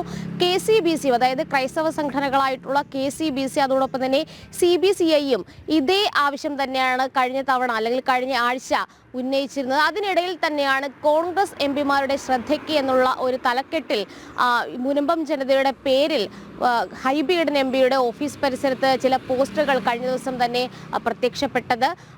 ഈ വഖഫ് ഭേദഗതി ബില്ലിനെ എതിർത്താൽ ജയിച്ചെന്ന് കരുതേണ്ട എന്നുള്ള ഒരു മുന്നറിയിപ്പാണ് ഈ പോസ്റ്ററിൽ ഉൾപ്പെടുത്തിയിരിക്കുന്നത്. എന്തായാലും നേരത്തെ തന്നെ പ്രതിഷേധ മാർച്ച് നടത്തിക്കൊണ്ട് മുനമ്പം തീരദേശ ജനത ഹൈബി ഈഡൻ എംപിയുടെ ഓഫീസിലെത്തി ഭീമഹർജി നൽകിയിരുന്നു. പക്ഷെ അനുകൂലമായിട്ടുള്ളൊരു സമീപനമോ തീരുമാനമോ ഇന്ന് വരെ ഹൈബി ഈഡൻ എംപിയുടെ ഭാഗത്തു നിന്നും ഉണ്ടായിട്ടില്ല. ഇത് തന്നെയാണ് കോൺഗ്രസിന്റെ എംപിമാരിൽ നിന്ന് അല്ലെങ്കിൽ UDFൽ നിന്ന് നിലവിൽ മുനമ്പം ജനതയ്ക്ക് ലഭിച്ചിട്ടുള്ളത്. അതായത് ഒരു തവണ മാത്രമാണ് VD സതീശനും ഹൈബിയുടെ എംപിയും മുനമ്പം തീരദേശം സന്ദർശിച്ചിട്ടുള്ളത്. അവരുടെ ഈ സമരപ്പന്തലിലെത്തി അവരോട് സംസാരിച്ചിട്ടുള്ളത്. അതിനുശേഷം അവിടേക്ക് തിരിഞ്ഞു നോക്കുകയോ അവരോട് ഏതെങ്കിലും ഘട്ടത്തിൽ ഒരു ഐക്യദാർഢ്യ പ്രഖ്യാപനം നടത്തുകയോ ചെയ്തിട്ടില്ല. കേവലം തങ്ങൾ ഒപ്പമുണ്ട് എന്നുള്ളൊരു കണ്ണിൽ പൊടിയിടൽ നയം അത് മാത്രമാണ് CPM-നൊപ്പം ചേർന്നുകൊണ്ട് തന്നെ UDF-ഉം സ്വീകരിച്ചിട്ടുള്ളത്. എന്തായാലും നിലവിൽ മുനമ്പം ജനതയുടെ ഒരു തീരുമാനം എന്ന് പറയുന്നത് ഈ വഖഫ് ഭേദഗതി ബില്ലിനെ കേരളത്തിൽ നിന്നുള്ള MP-മാർ തുറന്നെതിർക്കുകയാണെങ്കിൽ സ്വാഭാവികമായിട്ടും ഒരു പ്രതിഷേധം കടുപ്പിച്ചുകൊണ്ടുള്ള ഒരു നടപടിയിലേക്കായിരിക്കും അല്ലെങ്കിൽ നീക്കത്തിലേക്കായിരിക്കും മുനമ്പം സമരസമിതി മുന്നോട്ട് നീങ്ങുക. ഈ കടലിന്റെ മക്കൾ കടലിലേക്ക് എന്നുള്ള മുദ്രാവാക്യം ഉയർത്തിക്കൊണ്ട് കടലിൽ ഇറങ്ങുന്ന സമരം വരെ ആലോചിക്കുകയും ചെയ്യുന്നുണ്ട്. എന്നാലും നേരത്തെ തന്നെ ഈ സമാനമായിട്ടുള്ള ആവശ്യം അവർ രേഖാമൂലമോ അതോടൊപ്പം തന്നെ അല്ലാതെയും ഈ കേരളത്തിൽ നിന്നുള്ള MP-മാരോട് പറഞ്ഞിട്ടുണ്ട്. കാരണം വഖഫ് ഭേദഗതി ബില്ല് ഇക്കാര്യത്തിൽ ഉണ്ടായെങ്കിൽ മാത്രമേ തങ്ങൾക്കൊരു നീതി ലഭിക്കൂ എന്നുള്ള ഒരു പ്രതീക്ഷയും ആത്മവിശ്വാസവും മാത്രമാണ് മുനമ്പം തീരദേശ ജനതയ്ക്കുള്ളത്. അതിന് പിന്തുണ പ്രഖ്യാപിക്കുന്ന രീതിയിലുള്ള ഒരു നടപടിയും പ്രവർത്തനങ്ങളും മാത്രമാകണം കേരളത്തിൽ നിന്നുള്ള MP-മാർ ചെയ്യേണ്ടതെന്നുള്ളതാണ് മുനമ്പം സമരസമിതി ആവശ്യപ്പെട്ടിരുന്നത്. നമുക്കറിയാം നേരത്തെ കേരള നിയമസഭയിലടക്കം ഈ വഖഫ് ഭേദഗതി ബില്ലിനെതിരായിട്ടുള്ള പ്രമേയമടക്കം ഉൾപ്പെടെ പാസ്സാക്കിയ ഒരു സാഹചര്യം കൂടിയുണ്ട്. ഇപ്പോൾ ജിഷ്ണു കൃഷ്ണൻ ഒപ്പം ചേരുന്നുണ്ട് ഡൽഹിയിൽ നിന്ന്. ജിഷ്ണു, തുല്യനീതി അതിനായുള്ള പരിശ്രമങ്ങൾക്ക് എത്രമാത്രം പ്രാധാന്യമുള്ള ഒരു ദിവസമാണിന്ന് പാർലമെന്റ്? കൃഷ്ണാജി, തീർച്ചയായും നിർണായകമായ വഖഫ് നിയമ ഭേദഗതി ബില്ല് ഇന്ന് പാർലമെന്റിൽ എത്തുകയാണ്. ലോക്സഭയിൽ കേന്ദ്ര ന്യൂനപക്ഷകാര്യ വകുപ്പ് മന്ത്രി കിരൺ റിജിജു ഇന്ന് 12 മണിയോടുകൂടി ബില്ല് ലോക്സഭയിൽ അവതരിപ്പിക്കും. നേരത്തെ 2024 ഓഗസ്റ്റിൽ ബില്ല് ലോക്സഭയിൽ വന്നിരുന്നു. പ്രതിപക്ഷ അംഗങ്ങളുടെ കൂടി ആവശ്യം പരിഗണിച്ചുകൊണ്ടാണ് അത് സംയുക്ത പാർലമെന്ററി കമ്മിറ്റിയുടെ പരിഗണനയ്ക്ക് വിടുകയും വിശദമായ ചർച്ചയും നിരീക്ഷണവും വിലയിരുത്തലിനും ശേഷം 14 നിർദ്ദേശങ്ങൾ ഈ സംയുക്ത പാർലമെന്ററി കമ്മിറ്റി പാർലമെന്റിൽ സമർപ്പിച്ചു. അതുകൂടി പരിഗണിച്ചുകൊണ്ട് രൂപകൽപ്പന ചെയ്തിട്ടുള്ള ചെറിയ മാറ്റങ്ങൾ വരുത്തിക്കൊണ്ടാണ് ഇപ്പോൾ ബില്ല് വീണ്ടും ലോക്സഭയിൽ എത്തുന്നത്. കൃഷ്ണരാജ് ചൂണ്ടിക്കാട്ടിയതുപോലെ തീർച്ചയായും തുല്യനീതി ഉറപ്പാക്കുന്ന കേന്ദ്ര സർക്കാരിന്റെ മറ്റൊരു പ്രവർത്തനമായി തന്നെ നമുക്ക് വഖഫ് നിയമ ഭേദഗതിയെ നോക്കിക്കാണാൻ സാധിക്കും. നിലവിൽ നമുക്കൊപ്പം കേന്ദ്ര ന്യൂനപക്ഷ കാര്യത്തിന്റെ കൂടി ചുമതലയുള്ള കേന്ദ്രമന്ത്രി ജോർജ് കുര്യൻ ജനൻ TVയോടൊപ്പം ചേരുന്നുണ്ട്. സർ നമസ്തേ, ഗുഡ് മോർണിംഗ്. ഇന്ന് നിർണായകമായൊരു ദിവസമാണ്. 2ാം തവണ ലോക്സഭയിൽ ഇപ്പോൾ കേന്ദ്ര സർക്കാർ വഖഫ് നിയമ ഭേദഗതി ബിൽ കൊണ്ടുവരുന്നത്. എന്താണ് ഈ ബില്ലിന്റെ അനിവാര്യത? ഇത് ഇന്ത്യയിലെ ജനങ്ങൾ മുഴുവൻ ആഗ്രഹിക്കുന്ന ഒരു ബില്ലാണ്. ഈ നിയമം കൊണ്ട് ഭാരതത്തിൽ വളരെയധികം ഭിന്നത ജനങ്ങളുടെ ഇടയിൽ ഉണ്ടാകുന്ന രീതിയിലാണ് ഇപ്പോൾ മുന്നോട്ട് പോകുന്നത്. മുൻകാലങ്ങളിലെ സർക്കാരുകൾ എല്ലാം തന്നെ BJP ഇതര സർക്കാരുകളെല്ലാം തന്നെ അതിനെ പ്രോത്സാഹിപ്പിക്കുകയാണ് ചെയ്തത്. ഈ പ്രശ്നം ശാശ്വതമായിട്ട് പരിഹരിക്കണമെന്ന് BJP തീരുമാനിക്കുകയും NDA തീരുമാനിക്കുകയും അതിൻ്റെ അടിസ്ഥാനത്തിലാണ് ബില്ല് വരുന്നത്. ബില്ല് തീർച്ചയായിട്ടും ബില്ലുകൾ വരുന്നതും പാസ്സാക്കുന്നതും ജനഹിതത്തിൻ്റെ അടിസ്ഥാനത്തിലാണ്. അപ്പോൾ ഇന്ത്യയിലെ മുഴുവൻ ജനങ്ങളും ഇത് ആഗ്രഹിക്കുന്നു. മുസ്ലിം സമുദായത്തിലെ മഹാഭൂരിപക്ഷം ആൾക്കാരും ഇത് അംഗീകരിക്കുന്നു, പാവപ്പെട്ടവരും അങ്ങനെയുള്ള ഒരു സാധാരണക്കാരുമെല്ലാം. കാരണം വളരെ ഒരു ന്യൂനപക്ഷം ഈ സ്വത്തുക്കൾ കൈവശം വെച്ചിരിക്കുന്ന വലിയ ഭൂപ്രഭുക്കളായിട്ടുള്ള ആൾക്കാർ അവർ മാത്രമേ എതിർക്കുന്നുള്ളൂ. അപ്പോൾ മുസ്ലിം സമുദായത്തിൻ്റെ പിന്തുണ ഇതിനുണ്ട്, അവരെല്ലാം തന്നെ പ്രഖ്യാപിച്ചിട്ടുണ്ട്. പിന്നെയുള്ളത് ബാക്കിയുള്ള എല്ലാ സമുദായങ്ങളും 1 by 1 ആയിട്ട് അവർ പ്രഖ്യാപിച്ചു. ഇപ്പോൾ ക്രിസ്ത്യൻ സമുദായം ഇത് നടപ്പിലാക്കണം എന്ന് ആവശ്യപ്പെട്ടിരിക്കുകയാണ്. എല്ലാ MP-മാരോടും ഈ ബില്ലിന് അനുകൂലമായിട്ട് വോട്ട് ചെയ്യണം എന്ന് ആവശ്യപ്പെട്ടിരിക്കുകയാണ്. അപ്പോൾ ഇന്ത്യയിലെ ജനങ്ങൾ വർഷങ്ങളായിട്ട് ആവശ്യപ്പെടുന്ന ഒരു വിഷയമാണിത്. അത് സർക്കാർ ബില്ലായിട്ട് കൊണ്ടുവന്നിരിക്കുക. അതും പാർലമെൻ്ററി സമിതിക്കൊക്കെ വിട്ടിട്ട് അവരുടെ തീരുമാനവും കൂടെ അറിഞ്ഞിട്ട് തികച്ചും ജനാധിപത്യപരമായിട്ടുള്ള രീതിയിലാണ് ഇത് കൊണ്ടുവരുന്നത്. പക്ഷേ ഈ ബില്ലിനെ എതിർക്കുമ്പോൾ കോൺഗ്രസും ഒപ്പം മറ്റ് പ്രതിപക്ഷ കക്ഷികളും ചൂണ്ടിക്കാണിക്കുന്നത് അല്ലെങ്കിൽ ഒരു നരേഷൻ ഉണ്ടാക്കുന്നത് വഖഫ് നിയമത്തിൽ ഭേദഗതി കൊണ്ടുവരുന്നത് മുസ്ലിം മത സ്വാതന്ത്ര്യം ഇല്ലാതാക്കുന്നതും മതവികാരം വ്രണപ്പെടുത്തുന്നതാണെന്നൊരു വലിയ നരേഷൻ, അതുമായി ബന്ധപ്പെട്ട പ്രതിഷേധങ്ങൾ രാജ്യത്ത് നടത്തിയിരുന്നു. അല്ല, കോൺഗ്രസ് ആവശ്യപ്പെടുന്നത് മറ്റു മതങ്ങളുടെ അവകാശങ്ങൾ നിഷേധിച്ചോളൂ, ഒരു മതത്തിൻ്റെ മാത്രം അവകാശം മതി എന്നാണ് കോൺഗ്രസിൻ്റെ കുറച്ച് നാളായിട്ടുള്ള അവരുടെ ആ രീതി അങ്ങനെയാണ്. അപ്പോൾ അതിൻ്റെ അടിസ്ഥാനത്തിലാണ് അവർ പറയുന്നത് ഇന്ത്യയിൽ ഒരു മതത്തിൻ്റെ മാത്രം സ്വാതന്ത്ര്യം പൂർണ്ണമായിട്ടും ബാക്കിയുള്ളവരുടെ സ്വാതന്ത്ര്യം കവർന്നെടുക്കുന്നതിൽ കുഴപ്പമില്ല എന്നുള്ളൊരു സ്റ്റാൻഡാണ് കോൺഗ്രസ് എടുക്കുന്നത്. അതുകൊണ്ടാണ് കോൺഗ്രസ്സുകാർ ഇങ്ങനെ പറയുന്നത്. ഈ മുനമ്പത്ത് ഉൾപ്പെടെ രാജ്യത്തിന്റെ വിവിധ ഭാഗങ്ങളിൽ ഈ വഖഫ് ബോർഡുമായി ബന്ധപ്പെട്ട് പ്രത്യക്ഷ സമരത്തിൽ ആളുകളുണ്ട്, അവരുടെ ജീവിത പ്രശ്നവുമായി ബന്ധപ്പെട്ട്. ചോദ്യം, മുനമ്പത്തെ ആളുകളുടെ ജീവിത പ്രശ്നങ്ങൾക്ക് ഈ ബില്ലൊരു പരിഹാരമാകുമോ? ആ തീരദേശത്തുള്ള ആ മനുഷ്യർ പാവപ്പെട്ടവരാണ്. അവർ എല്ലാ ജാതിയിലും വ്യത്യസ്തമായിട്ടുള്ള മതത്തിലും ഉള്ളവരാണ്. മാത്രമല്ല അവിടുത്തെ ഒരു പള്ളി, വേളാങ്കണ്ണി മാതാ പള്ളി, അവിടുത്തെ സിമിത്തേരി, അവിടുത്തെ അതുപോലെ തന്നെ കോൺവെൻറ്റ്, ഇതെല്ലാം തന്നെ വഖഫായിട്ട് മാറണം എന്നാണ് കോൺഗ്രസ് ആഗ്രഹിക്കുന്നത്. അത് മാത്രമല്ല കോൺഗ്രസിൻ്റെ താല്പര്യമെന്ന് പറയുന്നത് ആ മുനമ്പത്തെ ജനങ്ങളെ അവിടുന്ന് ഇറക്കി വിടണമെന്നാണ്. അതുപോലെ തന്നെയാണ് LDFിൻ്റെയും താല്പര്യം. അപ്പോൾ ആ ജനങ്ങളെ അവിടുന്ന് ഇറക്കി വിട്ടിട്ട് അതിൻ്റേതായിട്ടുള്ള വോട്ട് ബാങ്ക് അവർ സൃഷ്ടിക്കണം. ഒരുപക്ഷെ അവർ കരുതുന്നത് അവിടുത്തെ ജനങ്ങളുടെ വോട്ട് ഇത്രയല്ലേ ഉള്ളൂ എന്നാണ്. അപ്പോൾ അതാണ് കോൺഗ്രസും അതുപോലെ തന്നെ CPM-ഉം ആഗ്രഹിക്കുന്നത്. അതുകൊണ്ടാണ് ഈ കമ്മീഷനുകളെ മാറ്റി മാറ്റി വെക്കുന്നത്. ഒരു കമ്മീഷനെ വെക്കുന്നു, അത് ഒരു പ്രത്യേക വിഭാഗത്തിൻ്റെ ഭൂമിയാണെന്ന് പ്രഖ്യാപിക്കുന്നു. അതിനുശേഷം വേറൊരു കമ്മീഷനെ വെക്കുന്നു, അത് കോടതി സ്റ്റേ ചെയ്യുന്നു. ഇങ്ങനെയുള്ള നാടകങ്ങളെല്ലാം കളിക്കുന്നത് ഈ ഇന്ത്യ അലയൻസ് എന്ന് പറയുന്ന ആ സഖ്യത്തിൻ്റെ മനസ്സിൽ അവരേതാണ്ട് പൂർണ്ണമായിട്ട് തകർന്ന അവസരത്തിൽ അവർക്ക് പിടിച്ചു നിൽക്കാൻ വേണ്ടി ഒരു വിഭാഗത്തിൻ്റെ വോട്ട് മുഴുവൻ അവർക്ക് വേണം എന്നുള്ള രീതിയിലാണ് അവർ പെരുമാറുന്നത്. അതിൻ്റെ ഭാഗമായിട്ടാണ് ഈ രീതിയിലുള്ള അവരുടെ നയപരിപാടികൾ വരുന്നത്. ഈ വഖഫ് നിയമ ഭേദഗതിക്കെതിരെ പാസ്സാക്കിയിട്ടുള്ള പ്രമേയം പരിശോധിക്കുമ്പോൾ അത് പാസ്സാക്കിയിട്ടുള്ളത് ഒന്ന് CPM ഭരിക്കുന്ന കേരളത്തിൽ, 2 DMK-യുടെ തമിഴ്നാട്ടിൽ, മറ്റൊന്ന് കർണാടകത്തിൽ കോൺഗ്രസ്. അവരെല്ലാം ആ പ്രമേയത്തിൽ ഒരേ ഒരു വരി ഏറ്റവും പ്രധാനമായി ചൂണ്ടിക്കാട്ടിയതും പ്രസംഗത്തിൽ ചൂണ്ടിക്കാട്ടിയതും മതവികാരം വ്രണപ്പെടുത്തുന്നതാണ് ഈ ബില്ല് എന്നുള്ളതാണ്. അതൊരു രാഷ്ട്രീയ ഗിമ്മിക്കായിട്ട് തോന്നിയിട്ടുണ്ട്. അല്ല, മറ്റ് മതവിഭാഗങ്ങളുടെ ജീവനും സ്വത്തിനും ഒന്നും സംരക്ഷണം കൊടുക്കേണ്ട ആവശ്യമില്ല. ഒരു മതത്തിൻ്റെ ആ മതത്തിലെ ജനങ്ങൾ തന്നെ നേരെ തിരിച്ചാണ് പറയുന്നത്. അത് സംരക്ഷിക്കണമെന്നാണ് അവർ പറയുന്നത്. അതല്ല മതേതരത്വം. അവരുടെ മതേതരത്വം എന്ന് പറയുന്നത് തെറ്റാണെന്ന് ഇന്ത്യയിലെ ജനങ്ങൾ മനസ്സിലാക്കിയിരിക്കുന്നു. അതുകൊണ്ടാണ് ഇപ്പോൾ ഒറ്റക്കെട്ടായിട്ട് ഇന്ത്യയിലെ ജനങ്ങൾ എല്ലാ വിഭാഗങ്ങളും ഇത് പാസ്സാക്കണമെന്ന് ആവശ്യപ്പെടുന്നത്. ഈ CBCI ഉൾപ്പെടെ കത്തോലിക്ക സഭ ഉൾപ്പെടെ ഈ ബില്ലിനെ അനുകൂലിക്കുകയും ഒപ്പം ചൂണ്ടിക്കാട്ടി ഏറ്റവും പ്രധാനപ്പെട്ട ഒരു ഭാഗം, നിലവിൽ വഖഫ് ബോർഡിനുള്ള അവകാശങ്ങളിൽ പലതും ഭരണഘടനാ വിരുദ്ധവും മതമൂല്യങ്ങൾക്ക് അല്ലെങ്കിൽ സൗഹാർദ്ദത്തിനെതിരാണ് എന്ന് ചൂണ്ടിക്കാണിക്കുകയും ചെയ്തു. അത് ഈ ബില്ലിനെ അനുകൂലിക്കുന്നതിനൊപ്പം പാർലമെന്റിൽ ഉൾപ്പെടെ മറ്റ് എം പിമാരുടെ കൂടി പിന്തുണ നേടിയെടുക്കാനും സഹായിക്കുമെന്നതാണ്. അത് ഈ MP-മാരുടെ മനസാക്ഷിയോടുള്ള ഒരു ചോദ്യമാണ്. ഇനിയുള്ള നിമിഷങ്ങൾ കേരളത്തിൽ നിന്നുള്ള എല്ലാ MP-മാരും അവരുടെ മനസാക്ഷിയോട് സംവദിക്കണമെന്നും ആ മനസാക്ഷി പറയുന്നതനുസരിച്ച് വോട്ട് ചെയ്യണമെന്നാണ് എനിക്ക് പറയാനുള്ളത്. Okay, thank you so much.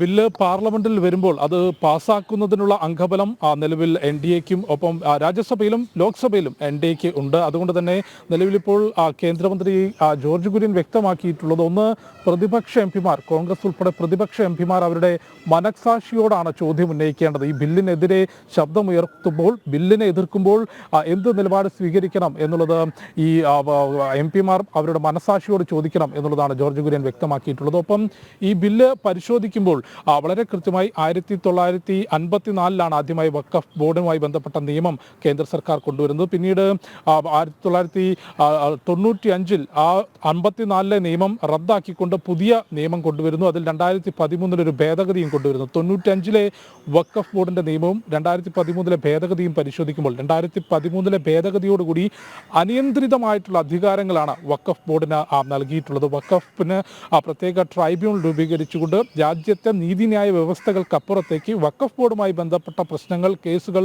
തീർപ്പാക്കുന്നതിന് Waqf tribunal നിലവിൽ വരുന്നു.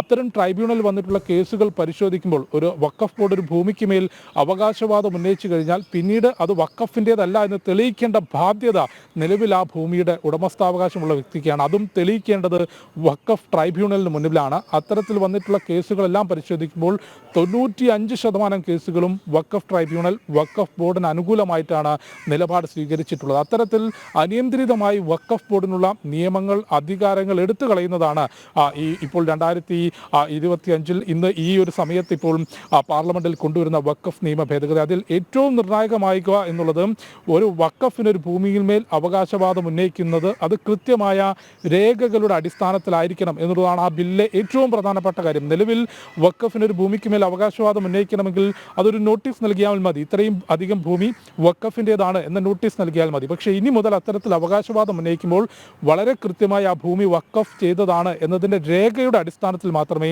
വഖഫ് ബോർഡിന് മുൻപോട്ട് പോകാൻ സാധിക്കൂ. മറ്റൊന്ന്, വഖഫ് ബോർഡുമായി ബന്ധപ്പെട്ട ഭൂമി പ്രശ്നം, സ്വത്ത് തർക്കം വരുമ്പോൾ അത് ആദ്യം ട്രൈബ്യൂണലിന് മുൻപിലേക്ക് എത്തും. ട്രൈബ്യൂണൽ അത്തരത്തിൽ വിധി അല്ലെങ്കിൽ ഒരു നിലപാട് സ്വീകരിച്ചാൽ അതിനെതിരെ ആക്ഷേപമുണ്ടെങ്കിൽ ഭൂമിയുടെ ഉടമസ്ഥന് ഹൈക്കോടതിയെ സമീപിക്കാൻ സാധിക്കും. അതായത് രാജ്യത്തിൻ്റെ നീതിന്യായ വ്യവസ്ഥകൾക്കുള്ളിലേക്ക് വഖഫ് ബോർഡിൻ്റെ പ്രവർത്തനങ്ങൾ കൊണ്ടുവരുന്നു. ബോർഡിനകത്ത് ഈ മുസ്ലിം മതത്തിനപ്പുറത്തേക്കുള്ള സർക്കാർ ഉദ്യോഗസ്ഥരെ, കേന്ദ്ര സംസ്ഥാന സർക്കാർ ഉദ്യോഗസ്ഥരെ കൊണ്ടുവരും.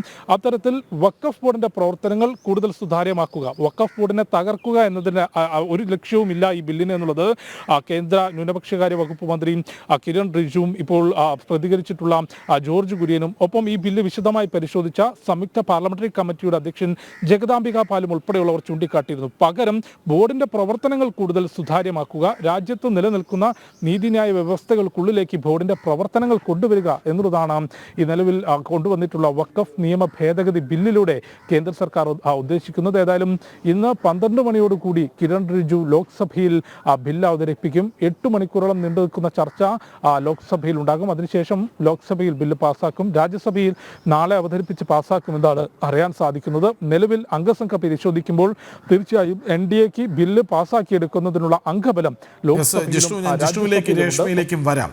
വഖഫ് നിയമ ഭേദഗതി ബിൽ ഇന്ന് പാർലമെന്റിൽ അവതരിപ്പിക്കുകയാണ്. കൊച്ചിയിൽ നിന്ന് രേഷ്മ ബാബുവും ഡൽഹിയിൽ നിന്ന് ജിഷ്ണു കൃഷ്ണനും ഒപ്പം ചേരും. രേഷ്മയിലേക്ക് ആദ്യം. രേഷ്മ, മുനമ്പത്തുകാർ വലിയ പ്രതീക്ഷയിലാണല്ലോ. വഖഫ് നിയമ ഭേദഗതി ബിൽ പാസ്സാകും, ഞങ്ങളുടെ അവകാശങ്ങൾ, അതായത് തലമുറകളായി കഴിഞ്ഞു പോകുന്ന വസ്തുവകകൾ, വീട് ഒക്കെയും ഞങ്ങളുടെ തന്നെയായി തുടരും എന്ന ആ പ്രഖ്യാപനം അത് ഓരോരുത്തരും സ്വയം ഉറപ്പിക്കാൻ കാത്തിരിക്കുകയാണ് അല്ലേ?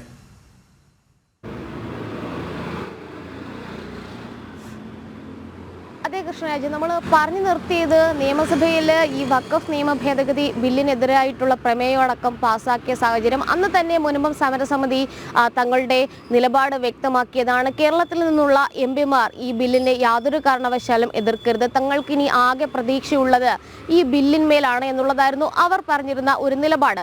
പക്ഷേ പിന്നീടും സമാനമായിട്ടുള്ള ഒരു സാഹചര്യം തന്നെയായിരുന്നു തുടർന്ന് പോരുന്നത്. അതിനിടയിൽ തന്നെ ഒരു ജുഡീഷ്യൽ കമ്മീഷനെ നിയോഗിച്ചുകൊണ്ട് ഈ വിഷയം ഒന്ന് ഒതുക്കി തീർക്കാനായിട്ട്, തൽക്കാലത്തേക്കെങ്കിലും തെരഞ്ഞെടുപ്പ് പ്രമാണിച്ച് ഒന്ന് ഒതുക്കി തീർക്കാനായിട്ടുള്ള ശ്രമം സംസ്ഥാന സർക്കാരിന്റെ ഭാഗത്തു നിന്ന് ഉണ്ടായി. പക്ഷേ ഈ റവന്യൂ അവകാശങ്ങൾ പുനഃസ്ഥാപിച്ച് കിട്ടും വരെ തങ്ങൾ സമരം തുടരുമെന്നുള്ളതായിരുന്നു മുൻപും തീരദേശ ജനതയുടെ ആ ഒരു നിലപാട്. അതിനനുസരിച്ച് അവർ സമരവുമായിട്ട് മുന്നോട്ട് പോയി. ഹൈക്കോടതിയിലടക്കം ഈ ഒരു നിയമനം ചോദ്യം ചെയ്തുകൊണ്ടുള്ള ഹർജി വരികയും പിന്നീട് അതിൽ ഹൈക്കോടതി ഈ ജുഡീഷ്യൽ കമ്മീഷൻ നിയമനം റദ്ദാക്കുകയും ചെയ്യുകയായിരുന്നു. പിന്നീട് കർക്കശമായിട്ടുള്ള രീതിയിൽ അല്ലെങ്കിൽ വലിയ രീതിയിലുള്ള പ്രതിഷേധ സമരവുമായിട്ട് മുൻപും തീരദേശ ജനത മുന്നോട്ട് പോയി. അത് മാത്രമല്ല, സർക്കാരിൻ്റെ നയം വെറും പ്രഹസനമായിരുന്നു എന്നുള്ളത് അവർ തിരിച്ചറിയുകയും ചെയ്തു. അതിനിടയിലാണ് പാർലമെന്റിൽ വഖഫ് നിയമ ഭേദഗതി ബില്ല് കൂടി ഇന്ന് അവതരിപ്പിക്കപ്പെടുന്നത്. അതുകൊണ്ട് തന്നെ വളരെയേറെ പ്രതീക്ഷയിൽ തന്നെയാണ് മുൻപും തീരദേശ ജനതയുള്ളത്. നേരത്തെ കൃഷ്ണരാജ് സൂചിപ്പിച്ചതുപോലെ തന്നെ തങ്ങളുടെ ഭൂമിയിൽ റവന്യൂ അവകാശങ്ങൾ പുനഃസ്ഥാപിച്ച് കിട്ടും, തങ്ങളുടേതെന്നുള്ള രീതിയിൽ അത് പറയാൻ സാധിക്കുമെന്നുള്ള രേഖാമൂലം തന്നെ തങ്ങൾക്ക് അവകാശം ലഭിക്കുമെന്നുള്ളൊരു പ്രതീക്ഷയായിരിക്കും ഈ ബില്ല് പാസ്സാക്കി കഴിഞ്ഞാൽ അവർക്ക് ഉണ്ടാകുക. അത് യാഥാർത്ഥ്യമാകുന്ന ഒരു സാഹചര്യത്തിലേക്കും എത്തുകയും ചെയ്യും. 172 ദിവസം നിലവിൽ പിന്നിട്ടിരിക്കുകയാണ് മുൻപും തീരദേശ ജനത നടത്തുന്ന റിലേ നിരാഹാര സമരം. വിവിധ ക്രൈസ്തവ സംഘടനകളും BJP ഉൾപ്പെടെയുള്ള ആളുകളും സംഘടനകളും മാത്രമാണ് നിലവിൽ അവർക്ക് ഐക്യദാർഢ്യം പ്രഖ്യാപിച്ചുകൊണ്ട് മുന്നോട്ട് വന്നിട്ടുള്ളത്. BJP ആദ്യഘട്ടം മുതൽ തന്നെ മുൻപും തീരദേശ ജനതയ്ക്ക് ഒപ്പം തന്നെ ഉണ്ടായിരുന്നു. വഖഫ് നിയമ ഭേദഗതി ബില്ല് പാസ്സാക്കിക്കൊണ്ട് ഈ ഒരു വഖഫ് അധിനിവേശത്തിന് അറുതി വരുത്തുമെന്നുള്ളതാണ് BJP അവർക്ക് നൽകിയിട്ടുള്ള വാക്ക്. ആ വാക്ക് പാലിക്കപ്പെടാൻ പോകുന്നു എന്നുള്ളതാണ് അവരെ സംബന്ധിച്ച് പ്രതീക്ഷ നൽകുന്ന മറ്റൊരു കാര്യം. എന്തായാലും മുസ്ലിം സംഘടനകൾക്കും അതോടൊപ്പം തന്നെ മറ്റ് ഈ മത മൗലികവാദ സംഘടനകൾക്കും ഒപ്പം ചേർന്നുകൊണ്ടുള്ള ഒരു നിലപാടിലാണ് നിലവിൽ UDF-ഉം CPM-ഉം ഉള്ളത്. പക്ഷേ ഈ കേരളത്തിൽ നിന്നുള്ള MP-മാർ ഇന്ന് എടുക്കുന്ന നിലപാടിനനുസൃതമായിട്ടായിരിക്കും തുടർ ദിവസങ്ങളിൽ മുൻപും സമരസമിതി നടത്തുന്ന സമരങ്ങൾ. എന്തായാലും സമരം കർശനമായിട്ട് തന്നെ മുന്നോട്ട് പോകുമെന്നുള്ള ഒരു മുന്നറിയിപ്പ് തന്നെയാണ് ഈ ഹൈബി ഈഡൻ MP-യുടെ ഓഫീസ് പരിസരത്ത് പോസ്റ്റർ ഒട്ടിച്ചുകൊണ്ടുള്ള കാര്യത്തിൽ നമുക്ക് വ്യക്തമാകുന്നത്. എന്തായാലും ഹൈബി ഈഡൻ MP ഭീമഹർജി നൽകിയെങ്കിലും അനുകൂലമായിട്ടുള്ള ഒരു അഭിപ്രായം പോലും ഇതുവരെ പ്രകടിപ്പിച്ചിട്ടില്ല. എന്തായാലും മുൻപും സമരസമിതിയുടെ സമരം മുന്നോട്ട് പോവുകയാണ്. അതിനിടയിൽ തന്നെയാണ് പാർലമെന്റിൽ ബില്ല് അവതരിപ്പിക്കപ്പെടുന്നത്. അതിൽ കേരള MP-മാർ സ്വീകരിക്കുന്ന നിലപാട് അത് ഏതെങ്കിലും തരത്തിൽ എതിർക്കപ്പെടുകയാണെങ്കിൽ ജയിച്ചുവെന്ന് കരുതേണ്ടതില്ല എന്നുള്ളൊരു മുന്നറിയിപ്പാണ് പോസ്റ്ററുകളിലൂടെ മുൻപും സമരസമിതി വ്യക്തമാക്കുന്നത്. കൃഷ്ണരാജ്, ജിഷ്ണു, ഈ ഇന്ത്യ യോഗം കഴിഞ്ഞ ദിവസം ചേരുമ്പോൾ ഒറ്റക്കെട്ടായി നിൽക്കണമെന്നൊക്കെ പറഞ്ഞ് അവസാനിപ്പിച്ചുവെങ്കിലും ഈ കേരള കോൺഗ്രസുകൾ ഫ്രാൻസിസ് ജോർജ് MP-യും ജോസ് കെ മാണിയും ഇതിനെ എതിർത്തു സംസാരിച്ചു എന്നാണ് മനസ്സിലാക്കുന്നത്. രാഷ്ട്രീയമായ തിരിച്ചടികൾ വരാനിരിക്കുന്നുവെന്നവർ ഓർമ്മപ്പെടുത്തി എന്നാണ് മനസ്സിലാക്കുന്നത്. അതായത് ഇപ്പോഴും പ്രധാനപ്പെട്ട ഒരു പ്രശ്നമായി മുനമ്പം നിലനിൽക്കുമ്പോൾ കേരളത്തിലെ കക്ഷികളെപ്പോലും പറഞ്ഞു ബോധ്യപ്പെടുത്താനോ ഏകാഭിപ്രായത്തിലേക്ക് കൊണ്ടുവരാനോ കോൺഗ്രസ് അടക്കമുള്ള കക്ഷികൾക്ക് ഇനിയും കഴിഞ്ഞിട്ടില്ല എന്നല്ലേ മനസ്സിലാക്കേണ്ടത്? വിഷയത്തിൽ വഖഫ് ബില്ലിനെ എതിർക്കണം എന്നുള്ളത് കോൺഗ്രസിന്റെയും ഒപ്പം മറ്റ് പ്രതിപക്ഷ പാർട്ടികളുടെയും ഇന്ത്യ മുന്നണിയുടെയും തീരുമാനമാണ് എങ്കിൽ പോലും കൃഷ്ണരാജ് ചൂണ്ടിക്കാട്ടിയതുപോലെയും പല MP-മാരെയും അല്ലെങ്കിൽ ചെറിയ കക്ഷികളെയും പൂർണ്ണമായും ബോധ്യപ്പെടുത്താനോ ഒരുമിപ്പിച്ച് നിർത്താനോ ഇന്ത്യ മുന്നണിക്ക് സാധിക്കുന്നില്ല എന്നുള്ളതൊരു വസ്തുതയാണ്. ഒപ്പം കൃഷ്ണരാജ് ചൂണ്ടിക്കാട്ടിയതുപോലെ മുനമ്പം മാത്രമല്ല, മുനമ്പം കേരളത്തിലെ ഏറ്റവും പ്രധാനപ്പെട്ട വിഷയമാണെങ്കിൽ നിരവധി സംസ്ഥാനങ്ങളിൽ ഇത്തരത്തിൽ മതവ്യത്യാസത്തിനപ്പുറത്തേക്ക് ഒരു മുസ്ലിം, ഹിന്ദു, ക്രിസ്ത്യൻ എന്നതിനപ്പുറത്തേക്ക് ഭൂമി നഷ്ടപ്പെടും എന്ന് ചിന്തയുള്ള അല്ലെങ്കിൽ ഭൂമിക്ക് മേൽ വഖഫ് അവകാശവാദം ഉന്നയിച്ചിട്ടുള്ള മേഖലകളിൽ വലിയ പ്രതിഷേധങ്ങൾ നടക്കുന്നുണ്ട്. അവരെല്ലാം ചൂണ്ടിക്കാണിക്കുന്നത് ഇത്തരത്തിൽ ജനങ്ങൾ വോട്ട് ചെയ്ത് വിജയിപ്പിച്ചയച്ച ആളുകൾ MP-മാർ അവർ ജനങ്ങളുടെ അവകാശങ്ങൾ സംരക്ഷിക്കുന്നതിനനുസരിച്ച് നിൽക്കണം എന്ന അഭിപ്രായം സ്വീകരിച്ചിട്ടുണ്ട്. മുൻപത്തെ സ്ഥിതി നമുക്കറിയാം. ആ സമരസമിതി ആഹ്വാനം ചെയ്തിട്ടുള്ളതും അതുതന്നെയാണ്. അതായത് കേരളത്തിലെ മുഴുവൻ MP-മാരും സങ്കുചിതമായ രാഷ്ട്രീയം മാറ്റിവെച്ചുകൊണ്ട് വഖഫ് ബില്ലിനെ അനുകൂലിച്ച് പാർലമെന്റിൽ വോട്ട് ചെയ്യണം എന്നുള്ളത് ഈ മുനമ്പം സമരസമിതി ആവശ്യപ്പെട്ടിരുന്നു. അത്തരത്തിൽ വിവിധ സംസ്ഥാനങ്ങളിൽ ഇത്തരത്തിൽ സമരസമിതികളും വഖഫ് ബോർഡിന്റെ അനിയന്ത്രിതമായിട്ടുള്ള അധികാരത്തിനെതിരെയും അനധികൃതമായി ഭൂമി പിടിച്ചെടുക്കുന്നതിനെതിരെയും പ്രതിഷേധങ്ങൾ നടക്കുന്നുണ്ട്. ആ പ്രതിഷേധക്കാരെല്ലാം ആവശ്യപ്പെടുന്നത് പാർലമെന്റിൽ ഇന്ന് വഖഫ് നിയമ ഭേദഗതി ബില്ല് വരുമ്പോൾ മുഴുവൻ MP-മാരും ആ ബില്ലിനെ പിന്തുണച്ചുകൊണ്ട് പാർലമെന്റിൽ വോട്ട് ചെയ്യണം എന്ന ആവശ്യമാണ് മുൻപോട്ട് വെച്ചിട്ടുള്ളത്. അതുകൊണ്ട് തന്നെ അത് കോൺഗ്രസ് ഉൾപ്പെടെയുള്ള പ്രതിപക്ഷ അംഗങ്ങളെയും തീർത്തും പ്രതിസന്ധിയിലാക്കുന്നുണ്ട് എന്ന കാര്യം ഉറപ്പാണ്. മുസ്ലിം വോട്ട് ബാങ്ക് സംരക്ഷിക്കുന്നതിനു വേണ്ടി വഖഫ് ബില്ലിനെ കണ്ണടച്ചെതിർക്കാൻ ആദ്യം ശ്രമിച്ചിരുന്ന കോൺഗ്രസ് ഉൾപ്പെടെ പല MP-മാർക്കും ഈ ഒരു സാഹചര്യത്തിൽ, അതായത് കഴിഞ്ഞ 6 മാസത്തിനുള്ളിൽ വഖഫ് ബോർഡ് എന്താണെന്നും വഖഫ് ബോർഡിന് നിലവിലുള്ള അധികാരങ്ങൾ സംബന്ധിച്ചും വഖഫ് ബോർഡ് എങ്ങനെ പെരുമാറുന്നു എന്നതെല്ലാം സംബന്ധിച്ച് വിശദമായ ചർച്ച രാജ്യത്ത് നടന്നു. കാരണം 2024 ഓഗസ്റ്റിൽ ഈ ബില്ല് ആദ്യം പാർലമെന്റിൽ വരുമ്പോൾ ഇത് സംബന്ധിച്ച് വഖഫ് ബോർഡ് എന്നതിനപ്പുറത്തേക്ക് ആ ബോർഡിൻ്റെ അധികാരങ്ങൾ എന്താണ്, നിലവിൽ എങ്ങനെ പ്രവർത്തിക്കുന്നു എന്നത് സംബന്ധിച്ച് വിശദമായ വിവരങ്ങൾ രാജ്യത്തെ പൊതുജനങ്ങൾ മനസ്സിലാക്കിയിരുന്നില്ല എന്ന് വേണം കരുതാൻ. പിന്നീട് ആ ബില്ല് പ്രതിപക്ഷ അംഗങ്ങളുടെ കൂടി ആവശ്യം പരിഗണിച്ചുകൊണ്ട് സംയുക്ത പാർലമെന്ററി കമ്മിറ്റിക്ക് വിടുകയും സംയുക്ത പാർലമെന്ററി കമ്മിറ്റി രാജ്യത്തിൻ്റെ വിവിധ ഭാഗങ്ങളിൽ വഖഫ് ബോർഡുമായി ബന്ധപ്പെട്ട പ്രശ്നം നിലനിൽക്കുന്ന സ്ഥലങ്ങളിൽ നേരിട്ട് സന്ദർശനം നടത്തി. വഖഫ് ബോർഡ് പ്രതിനിധികളുമായി, മുസ്ലിം സംഘടനാ പ്രതിനിധികളുമായും മുസ്ലിം നേതാക്കളുമായും വഖഫ് ബോർഡുമായി പ്രശ്നം നേരിടുന്ന ആളുകളുമായും ആ പ്രദേശങ്ങളിലെ ജനപ്രതിനിധികൾ അങ്ങനെ വിശദമായ ആളുകളെ നേരിട്ട് കണ്ടുകൊണ്ടും കാര്യങ്ങൾ വിലയിരുത്തിക്കൊണ്ടും വലിയ ചർച്ച രാജ്യത്തുടനീളം വഖഫ് ബോർഡുമായി ബന്ധപ്പെട്ട് നടന്നു. അതുകൊണ്ട് നിലവിൽ രാജ്യത്തെ പരമാവധി ജനങ്ങൾക്ക് എന്തൊക്കെയാണ് വഖഫ് ബോർഡിനുള്ള അധികാരങ്ങൾ, നിലവിൽ വഖഫ് ബോർഡ് ഏത് രീതിയിൽ പ്രവർത്തിക്കുന്നു എന്നത് സംബന്ധിച്ച വിവരങ്ങളുണ്ട്, പ്രത്യേകിച്ച് ഇത്തരം സമരസമിതികൾക്ക്. അതുകൊണ്ട് തന്നെയാണ് എല്ലാ MP-മാരും രാഷ്ട്രീയം മാറ്റിവെച്ചുകൊണ്ട്, സങ്കുചിതമായ രാഷ്ട്രീയം മാറ്റിവെച്ചുകൊണ്ട് മുഴുവൻ MP-മാരും ഈ ബില്ലിനെ പിന്തുണയ്ക്കണം എന്ന ആവശ്യം മുനമ്പത്തെ ഉൾപ്പെടെ സമരസമിതി മുൻപോട്ട് വെച്ചിട്ടുള്ളത്. നിലവിൽ BJP അംഗങ്ങൾക്കും NDA ഘടകകക്ഷികൾക്കും അതത് പാർട്ടികൾ വിപ്പ് നൽകിയിട്ടുണ്ട്. എല്ലാവരും പാർലമെന്റിൽ ഹാജരാകണം എന്ന ആവശ്യം മുൻപോട്ട് വെച്ചിട്ടുണ്ട്. ഇതിനിടയിൽ ഒരു പ്രചാരണം കോൺഗ്രസ് ഉൾപ്പെടെ നടത്താൻ ശ്രമിച്ചത് JDU ഉൾപ്പെടെയുള്ള BJPയുടെ ഘടകകക്ഷികൾ തന്നെ ഈ ബില്ലിനെ എതിർക്കും എന്ന പ്രചാരണം നടത്തിയിരുന്നു.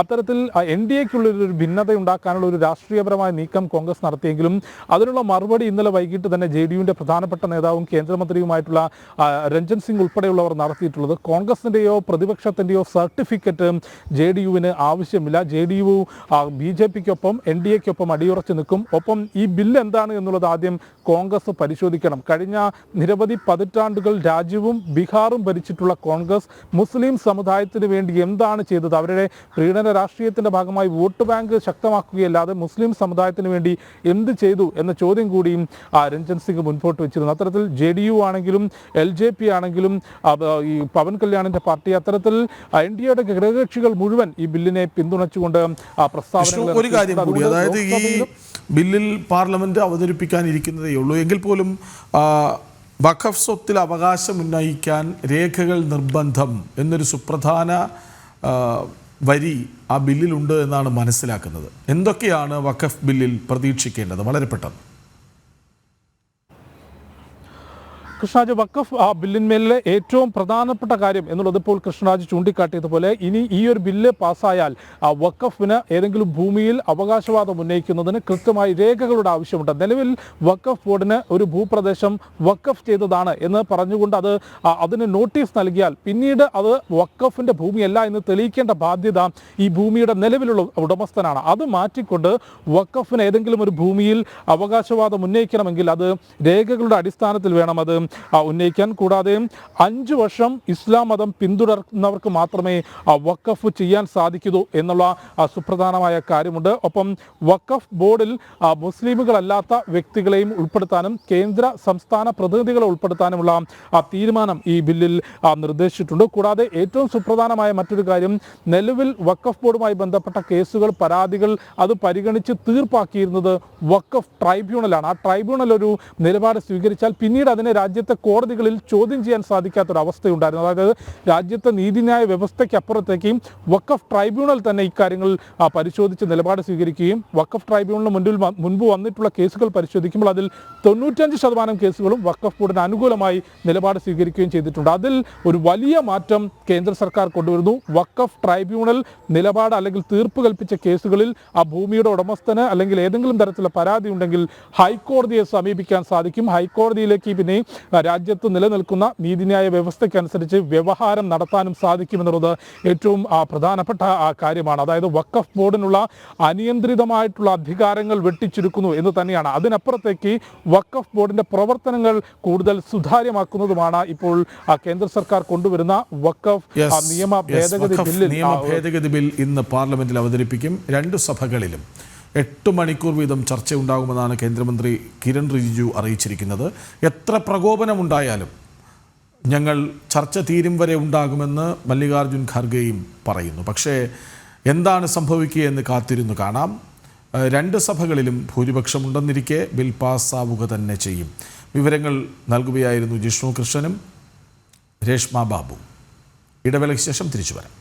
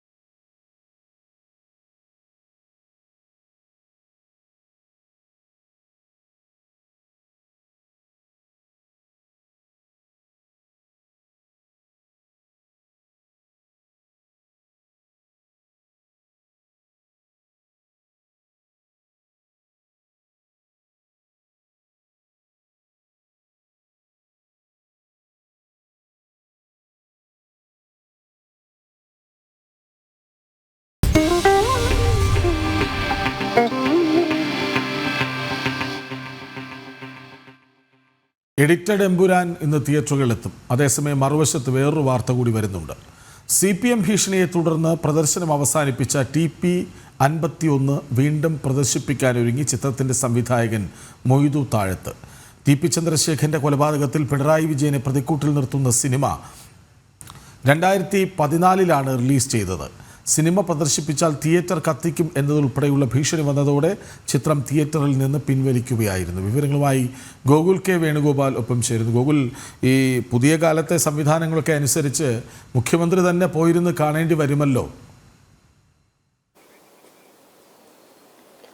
അതുതന്നെയാണ് മുഖ്യമന്ത്രി പിണറായി വിജയൻ ഉൾപ്പെടെയുള്ള ഉന്നതരായ CPM നേതാക്കളെ പ്രതിക്കൂട്ടി നിർത്തിക്കൊണ്ടായിരുന്നു TP51 എന്ന് പറയുന്ന ഒരു സിനിമ 2014 കഥയും സംവിധാനവും ഒക്കെ എഴുതി അത് തിയേറ്ററിലേക്ക് എത്തിച്ചത്. എന്നാൽ CPM പ്രവർത്തകരുടെയും സംസ്ഥാന നേതൃത്വത്തിൽ ഉൾപ്പെടെയുള്ള ആളുകളുടെ ഭീഷണിയെ തുടർന്ന് തനിക്ക് ആ സിനിമ തിയേറ്ററിൽ നിന്ന് പിൻവലിക്കേണ്ടി വന്നു എന്നാണ് കഴിഞ്ഞ ദിവസം മൊയ്തു താഴത്ത് ജനം TVക്ക് നൽകിയ അഭിമുഖത്തിൽ വ്യക്തമാക്കിയിരുന്നത്. തുടർന്നാണ് അദ്ദേഹം താൻ എന്ത് വില കൊടുത്തും ഈ സിനിമ വീണ്ടും പ്രദർശനത്തിൽ എത്തിക്കുമെന്നൊരു കാര്യം പറയുന്നത്. വലിയ മുതൽ മുടക്കിൽ സിനിമ നിർമ്മിക്കുകയും അത് തിയേറ്ററിൽ എത്തിക്കുകയും ചെയ്തിരുന്നുവെങ്കിൽ തിയേറ്ററിനകത്ത് ബോംബിടുമെന്നും അടക്കമുള്ള CPM പ്രവർത്തകരുടെ ഭീഷണിയെ തുടർന്ന് ആ സിനിമ പിൻവലിക്കേണ്ടതായിട്ട് വന്നു. കേരളത്തിൽ 69ഓളം തിയേറ്ററുകളിലാണ് സിനിമ പ്രദർശിപ്പിച്ചത്. സർക്കാരിന്റെ 14ഓളം തിയേറ്ററുകളിലും മറ്റ് 54ഓളം തിയേറ്ററുകളിലായിരുന്നു പ്രദർശനം നടത്തിയിരുന്നത്. എന്നാൽ സിനിമ റിലീസ് ആവുന്നതിന് തൊട്ട് തലേ ദിവസം ഇന്നത്തെ മുഖ്യമന്ത്രിയായിട്ടുള്ള അന്ന് പാർട്ടി സെക്രട്ടറി ആയിരുന്ന പിണറായി വിജയന്റെ ഓഫീസിൽ നിന്ന് ഒരു ഫോൺ കോൾ വരികയായിരുന്നു. ലിബർട്ടി ബഷീറിന്റെ ഓഫീസിലേക്ക് ഫോൺ കോൾ വന്നു. ഈ സിനിമ പ്രദർശിപ്പിച്ചാൽ തിയേറ്ററിൽ ബോംബിടുമെന്നായിരുന്നു ഭീഷണി. തുടർന്ന് വലിയ നഷ്ടം സിനിമയ്ക്ക് സംഭവിച്ചു. സിനിമ പല തിയേറ്ററുകളിലും കളിക്കാൻ സാധിക്കാത്തൊരു സാഹചര്യം ഉണ്ടായിരുന്നു. പക്ഷേ ഇനി രക്തസാക്ഷിയാകേണ്ടി വന്നാലും താൻ ആ സിനിമ വീണ്ടും റിലീസ് ചെയ്യുമെന്നും OTT ഓൺലൈൻ പ്ലാറ്റ്ഫോമുകളിൽ ഉൾപ്പെടെ ഇത് പ്രദർശിപ്പിക്കാൻ ആവശ്യമായിട്ടുള്ള നടപടികളിലേക്ക് കടക്കുമെന്നാണ് മൊയ്തു താഴത്ത് കഴിഞ്ഞ ദിവസം പറഞ്ഞിട്ടുള്ളത്. അതുമായി ബന്ധപ്പെട്ട പ്രാരംഭ ചർച്ചകളൊക്കെ നടത്തിക്കഴിഞ്ഞതായും അദ്ദേഹം വ്യക്തമാക്കുന്നു. TP ചന്ദ്രശേഖരന്റെ വധവുമായി ബന്ധപ്പെട്ട് കുഞ്ഞനന്ദൻ ഉൾപ്പെടെയുള്ള CPM നേതാക്കൾ ജയിൽ കടയും ഉൾപ്പെടെയുള്ള ആളുകൾ ജയിൽ കഴിയും. കോഴിക്കോട് ജില്ലാ സെക്രട്ടറി ആയിരുന്ന P. മോഹൻ മാഷ് ഉൾപ്പെടെയുള്ള ആളുകൾ ജയിലിൽ കഴിയും ഒക്കെ ചെയ്തതാണത്. CPMന്റെ ഉന്നത നേതൃത്വത്തിലേക്കൊക്കെ വിരൽ ചൂണ്ടുന്ന രീതിയിലുള്ള അന്വേഷണവും അന്ന് നടന്നിരുന്നു. അതൊക്കെ CPM എന്ന് പറയുന്ന രാഷ്ട്രീയ പാർട്ടിയെ പ്രതിക്കൂട്ടിൽ നിർത്തുകയും ഒക്കെ ചെയ്തിട്ടുള്ളതാണ്. അന്ന് ഒരു തെരഞ്ഞെടുപ്പ് നടക്കുമ്പോൾ ഒരു നേതാവിനെ പാർട്ടി വിട്ടുപോയ ഒരു നേതാവിനെ കൊല്ലുമോ എന്ന രീതിയിലൊക്കെ പറഞ്ഞ ആ കൊലപാതകത്തെ ന്യായീകരിക്കാൻ CPM ശ്രമിച്ചിരുന്നുവെങ്കിലും CPMന് വ്യക്തമായ പങ്കുള്ളതായിട്ടുള്ള അന്വേഷണ റിപ്പോർട്ടുകൾ വന്നു. CPMന്റെ ഉന്നതരായിട്ടുള്ള നേതൃത്വം അതിൽ കുടുങ്ങി. ആ സമയത്ത് തന്നെ ഈ നേതൃത്വത്തെ ഉൾപ്പെടെയുള്ള ആളുകൾ, അതായത് 2012 കൊലപാതകം നടക്കുന്നത്, 2014 തന്നെ ഈ ഇത്തരത്തിൽ നേതൃത്വത്തെ വിരൽ ചൂണ്ടിക്കൊണ്ട് അവരെ സംശയത്തിന്റെ നിലയിൽ നിർത്തിക്കൊണ്ട് ഒരു സിനിമ ഇറക്കുന്നു. അതുമായി ബന്ധപ്പെട്ട ചിത്രീകരണം പല സ്ഥലങ്ങളിലും നടത്തുന്ന സമയത്ത് CPMന്റെ ആളുകൾ തന്നെ വന്ന് ആ ചിത്രീകരണം തടസ്സപ്പെടുത്തുന്ന ഒരു സാഹചര്യം ഉണ്ടായിരുന്നു. അതിനാൽ തന്നെയായിരുന്നു CPM നേതൃത്വത്തിനാണ് ഇതിൽ പങ്ക് എന്ന വ്യക്തത ഉള്ള ഒരു സിനിമ പൂർത്തീകരിക്കാൻ, അല്ലെങ്കിൽ അത് സിനിമ ജനങ്ങളിലേക്ക് എത്തിക്കാനുള്ള ശ്രമങ്ങൾ ഈ മൊയ്തു താഴത്തിന്റെ ഭാഗത്തു നിന്ന് നടത്തുകയുണ്ടായത്. പക്ഷേ പലതരത്തിലുള്ള വെല്ലുവിളികൾ അദ്ദേഹത്തിന് നേരിട്ടു. ഈ വടകരയിലും ഒഞ്ചിയത്തും ഉൾപ്പെടെയുള്ള സ്ഥലങ്ങളിൽ ഷെഡ്യൂൾ ചെയ്തിരുന്ന ഷൂട്ടിംഗ് തടസ്സപ്പെട്ടതിന്റെ ഭാഗമായിട്ട് മറ്റ് സ്ഥലങ്ങളിലേക്ക് മാറ്റേണ്ടി വന്നു. തൊടുപുഴയിലേക്കൊക്കെ കൊണ്ടുപോകേണ്ടി വന്നു. ഈ മൊയ്തു താഴത്ത് എന്ന് പറയുന്ന സിനിമയുടെ തിരക്കഥ ലഭിച്ച സംവിധാനം നിർവഹിച്ച വ്യക്തിക്ക് താമസിക്കുന്ന സ്ഥലത്ത് നിന്ന് പാതിരാത്രി 1:30 ഇറങ്ങി പോകേണ്ടി വന്നു. ഇറക്കി വിട്ടു എന്നുള്ളതാണ് വസ്തുത. അങ്ങനെയുള്ള ഒരു സാഹചര്യം ഉണ്ടായി. ഇപ്പോൾ അദ്ദേഹത്തിന് സിനിമ ചെയ്യാൻ സാധിക്കാത്തൊരു സാഹചര്യമുണ്ട്.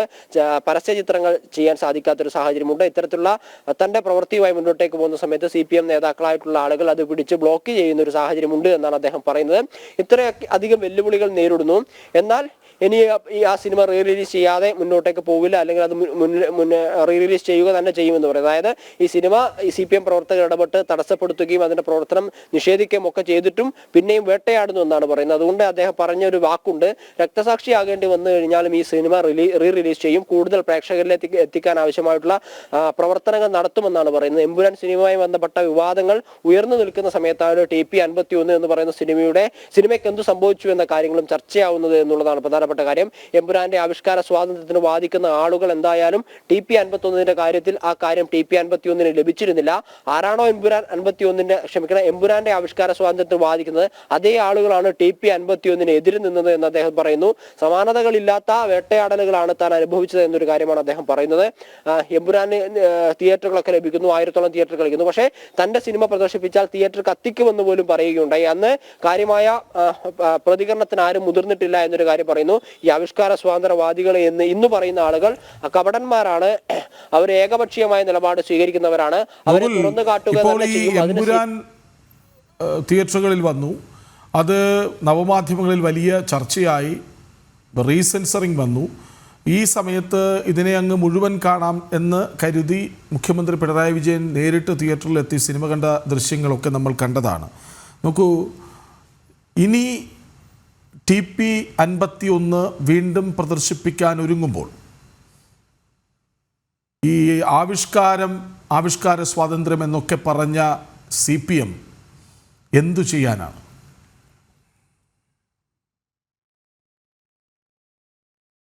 അങ്ങനെ ഒരു ചോദ്യം നിലനിൽക്കുന്നുണ്ട്. കാരണം TP51 എന്തുകൊണ്ടാണ് CPM അതിന്റെ പ്രവർത്തന സ്വാതന്ത്ര്യം നിഷേധിച്ചത്, അല്ലെങ്കിൽ തിയേറ്റർ ഉൾപ്പെടെയുള്ളവ കത്തിക്കുമെന്ന് പറഞ്ഞത് എന്നത് നമുക്ക് വ്യക്തമായ കാര്യമാണ്. കാരണം TP ചന്ദ്രശേഖരൻ എന്ന് പറയുന്ന CPM നേതാവായിട്ടുള്ള വ്യക്തി പാർട്ടി മാറുന്നു. ഒഞ്ചിയം എന്ന് പറയുന്ന മേഖലയിൽ CPMന്റെ സ്വാധീനം അപ്രസക്തമാവുന്നു. തിരഞ്ഞെടുപ്പൊക്കെ അടുക്കുന്ന സമയത്ത് ഒരു സുപ്രഭാതത്തിൽ ഒരു രാത്രി TP ചന്ദ്രശേഖരൻ കൊല്ലപ്പെടുന്നു. അതുമായി ബന്ധപ്പെട്ട കഥ ജനങ്ങളിലേക്ക് എത്തിക്കണമെന്ന് ഒരു കൂട്ടം കലാകാരന്മാർ ആലോചിച്ചതിന്റെ അടിസ്ഥാനത്തിലാണ് TP51 എന്ന് പറയുന്ന സിനിമയിലേക്ക് പോകുന്നത് എന്ന് മൊയ്തു താഴത്ത് നമ്മളോട് പറയുന്നുണ്ട്. അങ്ങനെ ഒരു സിനിമ വളരെ രഹസ്യമായിട്ടാണ് അതിന്റെ സ്ക്രിപ്റ്റ് രചിച്ചത് എന്ന് പറയുന്നു. പക്ഷേ അതുമായി ബന്ധപ്പെട്ട കാര്യങ്ങളൊക്കെ ഈ CPM അനുഭാവികളായിട്ടുള്ള പ്രവർത്തകരായിട്ടുള്ള നേതാക്കന്മാരായിട്ടുള്ള ആളുകൾ അറിഞ്ഞു. അതിന്റെ പേരിലാണ് പല സ്ഥലങ്ങളിലും ഷൂട്ടിംഗ് പോലും നിർത്തിവെക്കേണ്ടി വന്നത്. പ്രമുഖരായിട്ടുള്ള നടൻ റിയാസ് ഖാനും ഭീമൻ രഘു ഉൾപ്പെടെയുള്ള ശിവജി ഗുരുവായൂർ ഉൾപ്പെടെയുള്ള ആളുകൾക്ക് ഭീഷണി നേരിടേണ്ടി വന്നതായിട്ട് പറയുന്നുണ്ട്. സിനിമ തടസ്സപ്പെടുത്തുന്ന സാഹചര്യം പോലും ഉണ്ടായിരുന്നു. നമ്പർ പ്ലേറ്റുകൾ ഇല്ലാത്ത വാഹനങ്ങളിൽ വന്നാണ് പല സ്ഥലത്തും ഷെഡ്യൂൾ ചെയ്ത ഷൂട്ടിംഗ് CPM പ്രവർത്തകർ അലങ്കോലപ്പെടുത്തിയത്. അങ്ങനെ ഇവരിന്ന് ഷിഫ്റ്റ് തന്നെ മാറ്റേണ്ടി വന്നു. അതായത് ഇവിടെ ലൊക്കേഷൻ ഷിഫ്റ്റ് ചെയ്തത് പ്ലാൻ ചെയ്ത് തൊടുപുഴയിലും മറ്റു സ്ഥലങ്ങളിലേക്കും ഒക്കെ മാറ്റേണ്ടി വന്നു. ഈ TP ചന്ദ്രശേഖരനെ വധിച്ച കേസിലെ പ്രധാന പ്രതിയായ കൊടിസിനി ഉൾപ്പെടെയുള്ള ആളുകൾ ഒളിവിൽ കഴിഞ്ഞ മുടക്കോഴിമല എന്ന് പറയുന്ന ഒരു മലയുണ്ട്. ഒഞ്ചിയം ഭാഗത്താണ് ആ സ്ഥലമുള്ളത്. അത് സെറ്റിട്ട് ചിത്രീകരിക്കാൻ വേണ്ടി ഈ നാദാപുരം ഭാഗത്തേക്ക് പോയ സമയത്താണ് ഇത്തരത്തിലുള്ള പ്രവർത്തനങ്ങളൊക്കെ അവരുടെ ഭാഗത്തു നിന്നുണ്ടായത് എന്ന് പറയുന്നു. ഇതൊക്കെയാണ് ഈ സിനിമയുടെ ചിത്രീകരണവുമായി ബന്ധപ്പെട്ട വേളയിൽ മൊയ്തു താഴത്തിന് ഉണ്ടായിട്ടുള്ള അനുഭവം. ഒരുപക്ഷെ ഈ വളരെ രഹസ്യമായി ഇതിന്റെ തിരക്കഥ പൂർത്തിയാക്കിയതിനു ശേഷം സിനിമയുടെ ഷൂട്ടിങ്ങിലേക്ക് കടന്ന സമയത്ത് തന്നെ ഇതുമായി ബന്ധപ്പെട്ട വെല്ലുവിളികളും ഭീഷണികളും ഒക്കെ ഉണ്ടായിരുന്നു. മൊയ്തു താഴത്തിന് മാത്രമല്ല, അദ്ദേഹത്തിന്റെ കുട്ടികൾക്കുണ്ടായിരുന്നു, അദ്ദേഹത്തിന്റെ ഭാര്യക്കുണ്ടായിരുന്നു, കുടുംബത്തിനുണ്ടായിരുന്നു. അതിനൊക്കെ അതിജീവിച്ചുകൊണ്ട് സിനിമ തിയേറ്ററിലേക്ക് എത്തിക്കാം എന്ന് അദ്ദേഹം വിചാരിച്ചു. പക്ഷേ കേവലം 13-14 സർക്കാർ തിയേറ്ററുകളിലേക്ക് അപ്പുറത്തേക്ക് മറ്റ് തിയേറ്ററുകളിലേക്ക് കടത്താൻ ഇവിടെയുള്ള ആളുകൾ അനുവദിച്ചില്ല. ഇന്ന് ആവിഷ്കാര സ്വാതന്ത്ര്യവാദികളായിട്ടുള്ള തൊഴിലാളികൾ, ഈ ടിക്കറ്റ് മുറിക്കുന്ന തൊഴിലാളികൾ ഉൾപ്പെടെയുള്ള ആളുകൾ പറഞ്ഞിരുന്നത്രേ ഈ TP51 ടിക്കറ്റ് ഞങ്ങൾ കീറില്ല എന്നുള്ളത്. അതായത് ഇന്ന് എമ്പുരാൻ എന്ന് പറയുന്ന സിനിമയുടെ ആവിഷ്കാര സ്വാതന്ത്ര്യത്തിന് വാദിക്കുന്ന ഇടതുപക്ഷത്തിന്റെ ഭാഗത്ത് നിൽക്കുന്ന ആളുകളൊക്കെ ആയിട്ടുള്ള തൊഴിലാളികൾ, CITU തൊഴിലാളികളൊക്കെ TP51 ടിക്കറ്റ് കീറില്ല എന്ന തരത്തിലുള്ള കാര്യങ്ങളൊക്കെ പറഞ്ഞിരുന്നു. പക്ഷേ ഇന്ന് കാര്യങ്ങൾ വിഭിന്നമാണ്. OTT പ്ലാറ്റ്ഫോമുകളൊക്കെ വളരെ സജീവമായി രംഗത്ത് നിൽക്കുന്ന ഒരു സാഹചര്യമുണ്ട്. ഒരുപക്ഷെ തിയേറ്ററുകളിലേക്ക് സിനിമ ഇറക്കാൻ സാധിച്ചില്ലെങ്കിൽ തന്നെ അത് കൂടുതൽ പ്രേക്ഷകരിലേക്ക് എത്തിക്കാൻ ആവശ്യമായിട്ടുള്ള മറ്റ് സംവിധാനങ്ങൾ നിലവിലുണ്ട്. അതുൾപ്പെടെയുള്ള കാര്യങ്ങൾ താൻ പരീക്ഷിക്കുമെന്നാണ് മൊയ്തു താഴത്ത് പറയുന്നത്. റിലീസ് എന്നുള്ളതാണ് അദ്ദേഹത്തിന്റെ പ്രധാനപ്പെട്ട ആവശ്യം. അതിന് ചില കാര്യങ്ങളൊക്കെ കുറച്ച് ഭാഗങ്ങൾ കൂടി, അതായത് 2014 ഈ സിനിമ പൂർത്തിയാക്കുന്നത്. അതിനുശേഷം TP ചന്ദ്രശേഖരന്റെ വധവുമായി ബന്ധപ്പെട്ട് മറ്റൊനവധി അപ്ഡേഷൻസ് ഉണ്ടായിട്ടുണ്ട്, ഒരുപാട് കാര്യങ്ങൾ ഉണ്ടായിട്ടുണ്ട്. അപ്പോൾ തിരക്കഥയിൽ ഉൾപ്പെടെ ചെറിയ മാറ്റങ്ങൾ വരുത്തേണ്ടതുണ്ട്. അത് കുറച്ചുകൂടി ഷൂട്ട് ചെയ്യാനുണ്ട്. ഷൂട്ട് ചെയ്തതിനു ശേഷം തിയേറ്ററുകളിലേക്ക് തന്നെ എത്തിക്കാനുള്ള ശ്രമങ്ങൾ ആരംഭിക്കുമെന്ന് മൊയ്തു താഴത്ത് പറയുന്നു. അതോടൊപ്പം തന്നെ ഈ എമ്പുരാൻ സിനിമ പിണറായി വിജയൻ ഉൾപ്പെടെയുള്ള ആളുകൾ കുടുംബത്തോടൊപ്പം പോയി കണ്ടതിനെ കുറിച്ച് പരാമർശിച്ച സമയത്ത് അതിന്റെ ആവശ്യമൊന്നുമില്ല, ഇത് റിലീസ് ചെയ്യാൻ ആവശ്യമായിട്ടുള്ള നടപടികൾ മുഖ്യമന്ത്രി പിണറായി വിജയൻ ചെയ്യുമോ എന്നൊരു വെല്ലുവിളി കൂടി മൊയ്തു താഴത്തിന്റെ ഭാഗത്ത് ഉണ്ടായിട്ടുണ്ട്. കാരണം പിണറായി വിജയൻ ഉൾപ്പെടെയുള്ള ആളുകളെ, കോടിയേരി ബാലകൃഷ്ണൻ ഉൾപ്പെടെയുള്ള ആളുകളെ ചോദ്യത്തിന്റെ നിലയിൽ നിർത്തുന്ന ഒരു സിനിമയാണ് ഈ TP51 എന്ന് പറയുന്നത്. ആവിഷ്കാര സ്വാതന്ത്ര്യം ഏതെങ്കിലും ഒരു സിനിമയ്ക്ക് മാത്രം ബാധകമല്ലല്ലോ, ഈ TP51 ബാധകമല്ലേ, എമ്പുരാന് ബാധകമായിട്ടുള്ള കാര്യങ്ങൾ TP51 ബാധകമല്ലേ എന്നൊരു പ്രധാനപ്പെട്ട ചോദ്യത്തിന് മുമ്പിൽ എന്തായാലും അവസാനിപ്പിച്ച TP51 വീണ്ടും പ്രദർശിപ്പിക്കാൻ ഒരുങ്ങുകയാണ് സംവിധായകൻ. വിവരങ്ങൾ നൽകുകയായിരുന്നു ഗോകുൽ K. വേണുഗോപാൽ. അതേസമയം വിവാദങ്ങൾക്കിടെ എമ്പുരാൻ ചിത്രം എഡിറ്റ് ചെയ്ത ശേഷമുള്ള പ്രദർശനം ഇന്ന് മുതലാണ്. എല്ലാ തിയേറ്ററുകളിലും എഡിറ്റിംഗ് പൂർത്തിയാക്കി സിനിമയുടെ പതിപ്പെത്തി. രാവിലെ മുതൽ മാറ്റങ്ങളോടെ സിനിമ പ്രദർശിപ്പിക്കും. വ്യാഴാഴ്ചയോടെ ചിത്രം എഡിറ്റ് ചെയ്തെത്തുമെന്നായിരുന്നു അറിയിച്ചിരുന്നെങ്കിലും സിനിമ നേരത്തെ സെൻസറിംഗ് പൂർത്തിയാക്കി നൽകുകയായിരുന്നു. വിവരങ്ങളുമായി എസ് ശാലിനി ഒപ്പം ചേർന്നു. ശാലിനി, എമ്പുരാൻ്റെ എഡിറ്റ് ചെയ്ത പതിപ്പിന്ന് തിയേറ്ററുകളിൽ എത്തുകയാണ്. തിരക്കുണ്ടാകും ഇന്നും, അല്ലേ?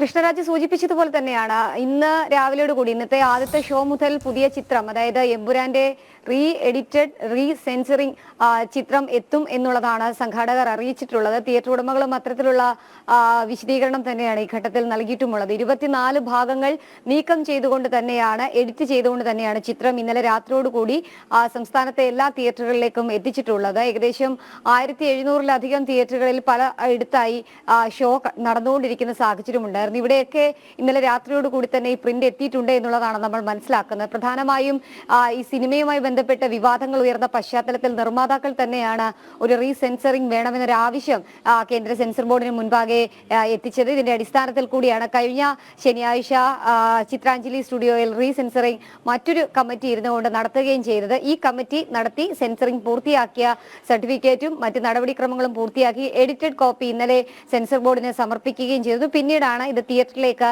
എത്തുകയും ചെയ്തത്. നമ്മൾ മനസ്സിലാക്കുന്നത് ഈ എഡിറ്റഡ് പതിപ്പിൽ 24 ഭാഗങ്ങൾ വെട്ടിയിട്ടുണ്ട്. അതും കൂടാതെ ബജ്രംഗി എന്ന പേരുള്ള ഒരു ക്യാരക്ടർ ഉണ്ട്. ആ ക്യാരക്ടറിന്റെ പേര് പൂർണ്ണമായും മാറ്റിയിട്ടുണ്ട്.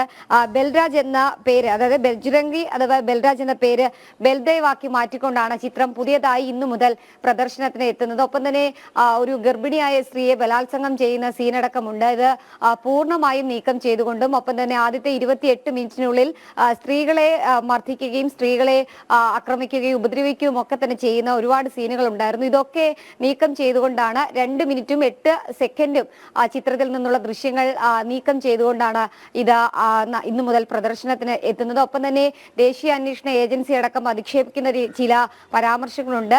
ദേശീയ പതാക അടക്കം അധിക്ഷേപിക്കുന്ന ചില പരാമർശങ്ങളുണ്ട്. ഇതടക്കം പൂർണ്ണമായും മ്യൂട്ട് ചെയ്ത ശേഷമാണ് ചിത്രം ഇന്നു മുതൽ പ്രദർശനത്തിന് എത്തുന്നത് എന്നുള്ളതാണ് ഏറ്റവും ശ്രദ്ധേയമായിട്ടുള്ള കാര്യം. കൂടാതെ ഈ ഗുജറാത്ത് കലാപവുമായി ബന്ധപ്പെട്ടതിന്റെ വർഷമടക്കം കാണിക്കുന്ന കാര്യങ്ങൾ ചിത്രത്തിലുണ്ടായിരുന്നു. ഈ വർഷമടക്കം കാണിക്കുന്നത് പൂർണ്ണമായും ഒഴിവാക്കിയത് ആ കലാപമാണ് എന്ന രീതിയിൽ തോന്നിക്കാത്ത രീതിയിൽ ദൃശ്യങ്ങൾ അല്ലെങ്കിൽ അതുമായി ബന്ധപ്പെട്ട എഴുത്തുകളടക്കം മാറ്റിയിട്ടുണ്ട്. സുരേഷ് ഗോപി കേന്ദ്രമന്ത്രി അദ്ദേഹത്തിന്റെ പേര് നന്ദി അറിയിക്കുന്ന കാർഡിൽ നിന്നും അല്ലെങ്കിൽ അതുമായി ബന്ധപ്പെട്ട ടൈറ്റിലിൽ നിന്നും ഒഴിവാക്കിയിട്ടുണ്ട്. അങ്ങനെ പ്രധാനപ്പെട്ട ചില ആളുകളുടെ പേരുകളടക്കം എഡിറ്റഡ് എമ്പുരാന്റെ പതിപ്പ് തിയേറ്ററുകളിലെത്തി രാവിലെ മുതൽ മാറ്റങ്ങളോടെ പ്രദർശിപ്പിക്കും. വീണ്ടും നമ്മൾ സന്നിധാനത്തേക്ക് പോവുകയാണ്. അവിടെ ദേവസ്വം പ്രസിഡന്റ് ജനൻ ടിവിയോട് പ്രതികരിക്കുന്നുണ്ട് തത്സമയം. ക്രമീകരണങ്ങൾ മാസപൂജയ്ക്ക് സമാനമായാണോ ഇപ്പോൾ ക്രമീകരിച്ചിരിക്കുന്നത്, അതോ ഈ ദിവസങ്ങളിൽ എന്തെങ്കിലും മാറ്റം ഉണ്ടാവും അവരുടെ ആവശ്യപ്പെടും? അല്ലല്ല, ഇതൊരു മിനി സീസൺ അല്ലേ. ഈ വിഷു എന്ന് പറയുന്നത് ഒരു മിനി സീസണാണ്. അപ്പോൾ സ്വാഭാവികമായിട്ടും കൂടുതൽ പോലീസിന്റെ ഫോഴ്സ് ഇവിടെ വരും. പിന്നെ KSRTC കൂടുതൽ സർവീസുകൾ ഉണ്ടാവും, ആരോഗ്യ പ്രവർത്തകർ കൂടുതലുണ്ടാവും. അങ്ങനെ എല്ലാ മേഖലയിലും ഒരു മിനി സീസൺ എന്നുള്ള നിലയിൽ എന്തൊക്കെയാണോ ക്രമീകരണങ്ങൾ ഏർപ്പെടുത്തേണ്ടത് അത്തരം ക്രമീകരണങ്ങൾ ബഹുമാനായ ദേവസ്വം വകുപ്പ് മന്ത്രിയുടെ നിർദ്ദേശപ്രകാരം ഒരുക്കിയിട്ടുണ്ട്. ഭക്തജനങ്ങൾക്കുള്ള ഒരു സംശയമായിരിക്കും ഈ ഉത്സവ നാളുകളിൽ നെയ്യഭിഷേകം ഉൾപ്പെടെയുള്ള ചടങ്ങുകൾ മാറ്റമുണ്ടോ എന്നുള്ള കാര്യം. ആ കാര്യത്തിൽ എന്താണ്? അല്ലെ, ഇപ്പോൾ ഈ ഉത്സവം നടക്കുന്ന സമയത്ത് പൂജാതി കാര്യങ്ങളിൽ ചെറിയ മാറ്റങ്ങൾ. കാരണം അവിടെ പൂജാതി കർമ്മങ്ങൾക്കാണ്, അനുഷ്ഠാനങ്ങൾക്കാണ് പ്രാധാന്യം കൊടുക്കുന്നത്. അപ്പോൾ സ്വാഭാവികമായും പൂജാ സമയങ്ങളിൽ മാറ്റം വരും. അത് തന്ത്രിയാണ്, ബഹുമാനായ തന്ത്രിയുടെ നിർദ്ദേശപ്രകാരമാണ് നടക്കുന്നത്. പക്ഷേ വിഷ്ണു മാസ പൂജയ്ക്ക് ഈ പറയും പോലെ എല്ലാം നെയ്യഭിഷേകത്തിൽ നിന്നും വലിയ മാറ്റമില്ല. നമ്മളിപ്പോൾ തീരുമാനിച്ചിരിക്കുന്നത് 4 മണിക്ക് നട തുറക്കും. രാത്രി 10 മണിക്ക് ഹരിവരാസനം പാടി നട അടയ്ക്കും. രാവിലെ 5 മണിക്ക് മാത്രമേ നട തുറക്കുകയുള്ളൂ. അപ്പം 4 മണി എന്നുള്ളത് നേരത്തെ ആക്കിയിട്ടുണ്ട്. കാരണം ഈ പടിപൂജയും ഉദയാസ്തമയ പൂജയും മാസപൂജയ്ക്ക് മാത്രമേ ഉള്ളൂ. അതൊന്ന് ക്രമീകരിക്കാൻ വേണ്ടിയിട്ടാണ് ഇത്തരമൊരു ക്രമീകരണം ചെയ്തിരിക്കുന്നത്. പമ്പയിലെ ക്രമീകരണങ്ങളൊക്കെ എങ്ങനെയാണ് ഈ ആറാട്ടുമായി ബന്ധപ്പെട്ട്? പമ്പയിലെല്ലാം ആറാട്ടുമായി ബന്ധപ്പെട്ട് നമ്മളിവിടുന്ന് ആനയുടെ പുറത്ത് ഭഗവാൻ എഴുന്നള്ളി പമ്പയിൽ പോയാണ് ആറാടി വരുന്നത്. അവിടുന്ന് അതിനു വേണ്ടിയിട്ടുള്ള എല്ലാ ക്രമീകരണങ്ങളും അതെല്ലാം പമ്പയിൽ ഒരുക്കിയിട്ടുണ്ട്. എല്ലാം കൃത്യമായി തന്നെ ഉത്സവവുമായി ബന്ധപ്പെട്ട് വിഷു മേടമാസ പൂജകൾക്ക് ആവശ്യമായിട്ടുള്ള ക്രമീകരണങ്ങളെല്ലാം പൂർത്തിയായിട്ടുണ്ടെന്നാണ് Thiruvithamkoor Devaswom board president PS Prashanth Janam ടിവിയോട് പറഞ്ഞത്. സന്നിധാനത്ത് നിന്നും ക്യാമറമാൻ അജയൻ നായർക്കൊപ്പം മിഥുൻ മുരളി. ദേവസ്വം പ്രസിഡന്റ് പ്രതികരിക്കുകയായിരുന്നു. മിഥുൻ മുരളിയാണ് ഒപ്പം ചേർന്നത്. മറ്റു വാർത്തകളിലേക്ക് പോകാം. വിഴിഞ്ഞം അന്താരാഷ്ട്ര തുറമുഖത്തിന് പുതിയ റെക്കോർഡ്. 1 മാസം 1 ലക്ഷം കണ്ടെയ്നറുകൾ കൈകാര്യം ചെയ്ത് വിഴിഞ്ഞം തുറമുഖം. മാർച്ച് മാസത്തിൽ 53 ചരക്ക് കപ്പലുകളാണ് തുറമുഖത്ത് എത്തിയത്.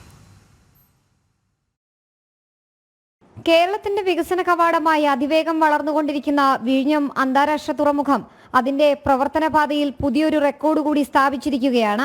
1 മാസം 50-ലധികം കപ്പലുകൾ എത്തിച്ചേരുക എന്ന നേട്ടമാണ് തുറമുഖം കരസ്ഥമാക്കിയിരിക്കുന്നത്. അതിനൊപ്പം 1 ലക്ഷത്തിലധികം TEU കൈകാര്യം ചെയ്യുക കൂടി ചെയ്തിരിക്കുകയാണ് വിഴിഞ്ഞം അന്താരാഷ്ട്ര തുറമുഖം. മാർച്ച് മാസത്തിൽ 53 ചരക്ക് കപ്പലുകളാണ് തുറമുഖത്ത് എത്തിച്ചേർന്നത്. 1,12,562 TEU ആണ് തുറമുഖത്ത് കൈകാര്യം ചെയ്തതെന്ന് മന്ത്രി VN വാസവൻ അറിയിച്ചു. വിഴിഞ്ഞം അന്താരാഷ്ട്ര തുറമുഖത്തിന്റെ വാണിജ്യാടിസ്ഥാനത്തിലുള്ള പ്രവർത്തനം ആരംഭിച്ച് ട്രയൽ അടിസ്ഥാനത്തിൽ കപ്പലുകൾ തുറമുഖത്തിൽ അടുത്തു തുടങ്ങിയ ജൂലൈ 11-ാം തീയതി മുതൽ മാർച്ച് വരെ 240 കപ്പലുകളാണ് തുറമുഖത്ത് എത്തിച്ചേർന്നത്. 4,92,188 TEU ആണ് തുറമുഖത്ത് കൈകാര്യം ചെയ്തതെന്നും അദ്ദേഹം പറഞ്ഞു. ഇതോടെ അപൂർവ നേട്ടം സ്വന്തമാക്കുന്ന രീതിയിലേക്ക് വിഴിഞ്ഞം തുറമുഖം മാറുകയാണ്. 2024 ജൂലൈയിൽ പരീക്ഷണ പ്രവർത്തനങ്ങൾ ആരംഭിച്ചു. തുടർന്ന് 2024 ഡിസംബറിൽ വാണിജ്യ സേവനങ്ങളും ആരംഭിച്ചു. ആഗോള സമുദ്ര വ്യാപാരത്തിൽ ഒരു പ്രധാന കേന്ദ്രമായി ഉയർന്നു വരാനുള്ള തുറമുഖത്തിന്റെ സാധ്യതയെ ഈ ദ്രുതഗതിയിലുള്ള വളർച്ച സ്വന്തമാക്കുകയാണ്. ജനം, തിരുവനന്തപുരം. RSS കാര്യകർത്താവ് പാലക്കാട് ശ്രീനിവാസൻ വധക്കേസിലെ 4 പ്രതികളുടെ ജാമ്യാപേക്ഷയിൽ ഹൈക്കോടതി ഇന്ന് വിധി പറയും. ജസ്റ്റിസുമാരായ A. രാജാ വിജയരാഘവൻ ഉൾപ്പെട്ട ഡിവിഷൻ ബെഞ്ചാണ് വിധി പറയുക. UAPA ചുമത്തപ്പെട്ട കേസിൽ SDPI ഭീകരവാദികളും പ്രധാന പ്രതികളുമായ ഷെഫീഖ് നാസർ, H. ജംഷീർ, B. ജിഷാദ് എന്നിവരുടെ ജാമ്യാപേക്ഷയാണ് ഹൈക്കോടതിയുടെ പരിഗണനയിലുള്ളത്. പ്രതികളുടെ ജാമ്യാപേക്ഷ നേരത്തെ വിചാരണ കോടതി തള്ളിയിരുന്നു. തുടർന്നാണ് 4 പ്രതികളും അപ്പീലുമായി ഹൈക്കോടതിയെ സമീപിച്ചത്. പാലക്കാട് ശ്രീനിവാസൻ വധക്കേസിൽ നേരത്തെ ചില പ്രതികൾക്ക് ഹൈക്കോടതി ജാമ്യം നൽകിയിരുന്നു. ഇതിനു പിന്നാലെ NIA നൽകിയ അപ്പീൽ സുപ്രീം കോടതിയുടെ പരിഗണനയിലാണ്. ജാമ്യം നിഷേധിക്കപ്പെട്ട 6 പ്രതികളുടെ അപ്പീലും സുപ്രീം കോടതിയുടെ പരിഗണനയിലുണ്ട്. വളരെ പ്രധാനപ്പെട്ട ഒരു വാർത്തയിലേക്ക്. കൂടൽമാണിക്യം ക്ഷേത്രത്തിൽ ജാതി വിവേചനം നേരിട്ടുവെന്ന് വ്യാജ പ്രചാരണം അഴിച്ചുവിട്ട സംഭവത്തിൽ കഴകം ജീവനക്കാരൻ ബാലു ദേവസ്വത്തിന് രാജി നൽകി. 15 ദിവസത്തെ മെഡിക്കൽ ലീവ് കഴിഞ്ഞ് ഇന്നലെ ദേവസ്വം ഓഫീസിലെത്തിയ ബാലു അഡ്മിനിസ്ട്രേറ്റർക്ക് രാജിക്കത്ത് കൈമാറുകയായിരുന്നു. ആരോഗ്യ കാരണങ്ങളും വ്യക്തിപരമായ കാരണങ്ങളുമാണ് രാജിക്കത്തിൽ ബാലു ചൂണ്ടിക്കാട്ടുന്നത്. രാജി സ്വീകരിച്ചതായി ദേവസ്വം ചെയർമാൻ CK ഗോപി ജനം TVയോട് പറഞ്ഞു. കഴകം ജോലിയിൽ KDRB റിക്രൂട്ട് ചെയ്ത ബാലു 2/4/2025 തീയതി വരെ ലീവിലായിരുന്നു. അദ്ദേഹം 1/4/2025 തീയതി ഓഫീസിൽ വന്ന് ആരോഗ്യപരമായ കാരണങ്ങളാലും വ്യക്തിപരമായ കാരണങ്ങളാലും കഴകം ജോലി തുറന്നു പോകാൻ സാധിക്കുന്നതല്ല, ജോലിയിൽ നിന്ന് റിസൈൻ ചെയ്യാൻ എന്നെ അനുവദിക്കണമെന്ന് ആവശ്യപ്പെട്ട് കത്ത് അഡ്മിനിസ്ട്രേറ്റർക്ക് നൽകിയിട്ടുണ്ട്. തുടർ നടപടികളുമായി ബന്ധപ്പെട്ട് ഇനി KDRBക്കും സർക്കാരിനെയും ഈ വിവരം അറിയിക്കും. അതിനുശേഷം സർക്കാരിൻ്റെയും KDRBയുടെയും നിർദ്ദേശപ്രകാരം ദേവസ്വം പ്രവർത്തിക്കും. അത് KDRBയിലേക്ക് റിപ്പോർട്ട് ചെയ്യും. ആ റിപ്പോർട്ട് ചെയ്യുന്നതിൻ്റെ അടിസ്ഥാനത്തിൽ KDRBക്ക് നിയമിക്കാം, അതല്ലെങ്കിൽ താൽക്കാലികമായിട്ട് ദേവസ്വം നിയമിക്കും. വിവരങ്ങളുമായി ആനന്ദ് പുതുറുപ്പ് ചേരുന്നു. ആനന്ദ്, പറയൂ. കൃഷ്ണ, ഇന്നലെയായിരുന്നു സംഭവം. 15 ദിവസത്തെ മെഡിക്കൽ ലീവ് കഴിഞ്ഞ് ദേവസ്വം ഓഫീസിലെത്തി ബാലു അഡ്മിനിസ്ട്രേറ്റർക്ക് രാജിക്കത്ത് കൈമാറുകയായിരുന്നു. ഈ കൂടൽമാണിക്യത്തിലെ കടകജോലിയാണ് ബാലു രാജിവെച്ചത്. എന്തായാലും ഈ രാജി സ്വീകരിച്ചെന്ന് ദേവസ്വം ചെയർമാൻ CK ഗോപി വ്യക്തമാക്കിയിട്ടുണ്ട്. ആരോഗ്യ കാരണങ്ങളാലും വ്യക്തിപരമായ കാരണങ്ങളാലുമാണ് രാജിക്കത്തിൽ ബാലു ചൂണ്ടിക്കാട്ടിയിട്ടുള്ളത് എന്നാണ് അദ്ദേഹം പറയുന്നത്. എന്തായാലും ബാലുവിന്റെ ഈ രാജിവിവരം സർക്കാർ അറിയിക്കും. ഈ ഒഴിവ് നികത്തുന്നത് സംബന്ധിച്ച് തീരുമാനം കൈക്കൊള്ളേണ്ടത് KDRB ആണെന്നും CK ഗോപി വ്യക്തമാക്കിയിട്ടുണ്ട്. അതേസമയം ഈ അഡ്മിനിസ്ട്രേറ്റീവ്, അതായത് കേരളം ദേവസ്വം റിക്രൂട്ട്മെന്റ് ബോർഡിന്റെ ഈ ഒരു വിശദീകരണം വരുന്നത് ഈ റാങ്ക് പട്ടികയിലെ 2ാമനെ ഇനി പരിഗണിക്കുമെന്നാണ്. റാങ്ക് പട്ടികയിൽ ഉൾപ്പെട്ട 2ാമനാണ് സ്വാഭാവികമായും നിയമനം നൽകുക. ഈ BA ബാലുവിന് നിയമനം നൽകിയത് ജനറൽ വിഭാഗത്തിലായിരുന്നു. ഇനി നടക്കേണ്ടത് ഈഴവ വിഭാഗത്തിൽപ്പെട്ട ആളുടെ നിയമനമാണ്.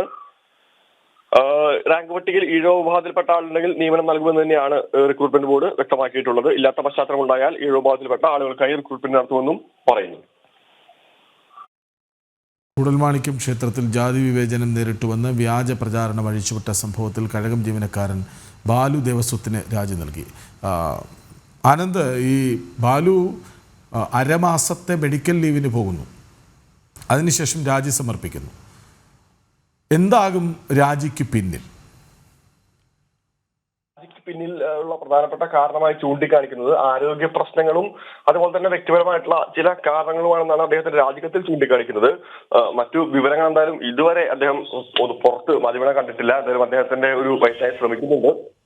തീർച്ചയായിട്ടും അടുത്ത സമയത്ത് തന്നെ അദ്ദേഹത്തിന്റെ ഒരു പ്രതികരണം ഉണ്ടാകുമെന്ന് തന്നെയാണ് മനസ്സിലാക്കുന്നത്. പക്ഷേ വ്യക്തിപരമായിട്ടുള്ള കാരണങ്ങളാലും ആരോഗ്യപരമായിട്ടുള്ള കാരണങ്ങളുമാണ് രാജി എന്നാണ് അദ്ദേഹം രാജിക്കത്തിൽ ചൂണ്ടിക്കാണിച്ചിട്ടുള്ളത്.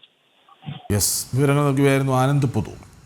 സംസ്ഥാനത്ത് SFIക്ക് സ്വാധീനമുള്ള ക്യാമ്പസുകളിൽ ലഹരി ഉപയോഗവും വിൽപ്പനയും സജീവം. SFIയുടെ അപ്രമാദിത്വമാണ് കോളേജുകളിൽ ലഹരി ഉപയോഗം വ്യാപകമാക്കാൻ കാരണമെന്ന് ABVP. ലഹരി ഉപയോഗത്തിനെതിരെ കർശന നടപടിക്ക് ഒരുങ്ങുകയാണ് കേരള സർവകലാശാല. വിവരങ്ങളുമായി ശാലിനി ഒപ്പം ചേരുന്നു. ശാലിനി, ആദ്യ വരി നമ്മൾ വെറുതെ പറയുന്നതല്ല.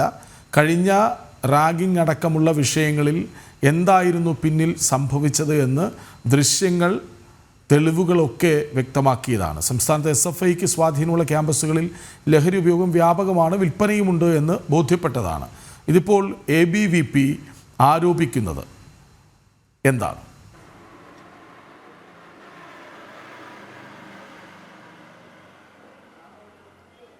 കൃഷ്ണരാജ്, സംസ്ഥാന വ്യാപകമായി സർവകലാശാലകൾ കേന്ദ്രീകരിച്ചും കോളേജ് ക്യാമ്പസ് ഹോസ്റ്റലുകൾ കേന്ദ്രീകരിച്ചും എക്സൈസിന്റെ മിന്നൽ പരിശോധനകൾ തുടരുകയാണ്. കഴിഞ്ഞ കുറേ ദിവസങ്ങൾക്ക് മുൻപ് നമ്മൾ കണ്ടതാണ് വിവിധ ജില്ലകളിൽ എക്സൈസിന്റെ പരിശോധന നടന്നു. ഇന്നലെ തലസ്ഥാന ജില്ലയിലായിരുന്നു മിന്നൽ പരിശോധന നടന്നത്. ഇതിൽ സർക്കാരിന്റെ കീഴിൽ പ്രവർത്തിക്കുന്ന ഗവൺമെന്റ് ഹോസ്റ്റലിലാണ് ഇന്നലെ 455 റൂമിൽ നിന്നും 20 ഗ്രാം കഞ്ചാവ് പിടികൂടിയിട്ടുള്ളത്. തമിഴ്നാട് സ്വദേശിയാണ് ഈ റൂമിൽ താമസിക്കുന്നത് എന്നുള്ളതാണ് ഹോസ്റ്റൽ അധികൃതർ വ്യക്തമാക്കുകയും ചെയ്തിട്ടുള്ളത്. ഈ പിടിച്ചെടുത്ത കഞ്ചാവ് എക്സൈസ് സൂക്ഷിക്കുകയാണ്. ഒപ്പം തന്നെ ഇതുമായി ബന്ധപ്പെട്ട വിവാദങ്ങളാണ് ഈ ഘട്ടത്തിൽ ഉയരുന്നത്. SFI പ്രവർത്തകരാണ് ഇതിന് നേതൃത്വം നൽകിയതെന്നും കഞ്ചാവ് എത്തിച്ചതെന്നുമുള്ള ആരോപണങ്ങൾ ഒരു ഭാഗത്ത് നിലനിൽക്കുകയാണ്. മറുഭാഗത്ത് പരിശോധനകൾ ഊർജിതമാക്കണമെന്നും കോളേജുകളിൽ മാത്രമല്ല പല ഹോസ്റ്റലുകളിലെയും റൂമുകളിലും ഒപ്പം തന്നെ കോളേജിനുള്ളിലെ യൂണിറ്റ് റൂമുകളിലും ഇത്തരത്തിൽ കഞ്ചാവ് സൂക്ഷിക്കുന്നുണ്ട് എന്നത് അടക്കമുള്ള ആരോപണങ്ങളാണ് ഈ ഘട്ടത്തിൽ ഉയരുന്നത്. പരിശോധനകൾ ഊർജിതമാക്കണമെന്നൊരു ആവശ്യമാണ് ഈ ഘട്ടത്തിൽ ABVP മുന്നോട്ട് വയ്ക്കുന്നത്. ഇന്നലെ തിരുവനന്തപുരത്ത് ഈ കഞ്ചാവ് പിടിച്ചതിന് തൊട്ട് പിന്നാലെയാണ് ABVP ഔദ്യോഗികമായ ഒരു പ്രതികരണവുമായി രംഗത്തെത്തിയിട്ടുള്ളത്. ഗവർണർ അടക്കമുള്ളവർക്ക് പരാതി നൽകാനുള്ള പരിശോധനയും ഒപ്പം തന്നെ നടപടികളും അവർ പൂർത്തീകരിക്കുന്നുമുണ്ട്. കൂടാതെ ഇന്നലെ വിഷയത്തിന് ശേഷം കേരള സർവകലാശാല VC ഡോക്ടർ മോഹൻ കുന്നുമേൽ പ്രതികരിക്കുകയുണ്ടായി. അദ്ദേഹം പറയുന്നത് വിവിധ കോളേജുകളിലും വിവിധ ക്യാമ്പസുകളും കേന്ദ്രീകരിച്ച് പരിശോധനകൾ ഇനിയും വരും ദിവസങ്ങളിൽ ഉണ്ടാകുമെന്നുള്ളതാണ്. ഒരു ക്യാമ്പസിലും ലഹരി ഉപയോഗിച്ചുകൊണ്ട് വിദ്യാർത്ഥികളെ അനുവദിക്കില്ല. ഒപ്പം തന്നെ ലഹരി ക്യാമ്പസിനുള്ളിലോ ഹോസ്റ്റലിലേക്കുള്ളിലോ എത്തിക്കാനുള്ള അനുമതി നൽകില്ല. അതുമായി ബന്ധപ്പെട്ട ഒരു രീതിയിലും അനുരഞ്ജനത്തിന് ഇല്ല എന്നുള്ളതാണ് അദ്ദേഹം നിലപാട് വ്യക്തമാക്കുകയും ചെയ്തിട്ടുള്ളത്. കഴിഞ്ഞ ദിവസങ്ങളടക്കം സംസ്ഥാനത്തെ കോളേജുകൾ കേന്ദ്രീകരിച്ചും ഹോസ്റ്റലുകൾ കേന്ദ്രീകരിച്ചും കഞ്ചാവും ലഹരിയും അടക്കം മാരകമായി ഒഴുകുന്നതും അതിന്റെ വിപണനവും അതിന്റെ വിൽപ്പനയും അടക്കം ക്യാമ്പസ് ഹോസ്റ്റലുകളിൽ നടക്കുന്നത് എന്നടക്കമുള്ള വിവരങ്ങൾ പുറത്തു വന്ന സാഹചര്യത്തിൽ മുഖ്യമന്ത്രിയുടെ നേതൃത്വത്തിൽ യോഗം വിളിച്ചിരുന്നു. യോഗത്തിലടക്കം വലിയ രീതിയിലുള്ള ആക്ഷേപങ്ങൾ ഉയർന്നൊരു സാഹചര്യം. ഗവർണർ അടക്കം ഈ വിഷയത്തിൽ ഇടപെട്ട ഒരു പശ്ചാത്തലമുണ്ട്. ഗവർണർ എല്ലാ VCമാരെയും മുഖ്യമന്ത്രി അടക്കമുള്ളവരുമായി ആശയവിനിമയം നടത്തിയതിനു ശേഷമാണ് എല്ലാ സർവകലാശാലകളും പരിശോധനകൾ ഊർജിതമാക്കണമെന്നും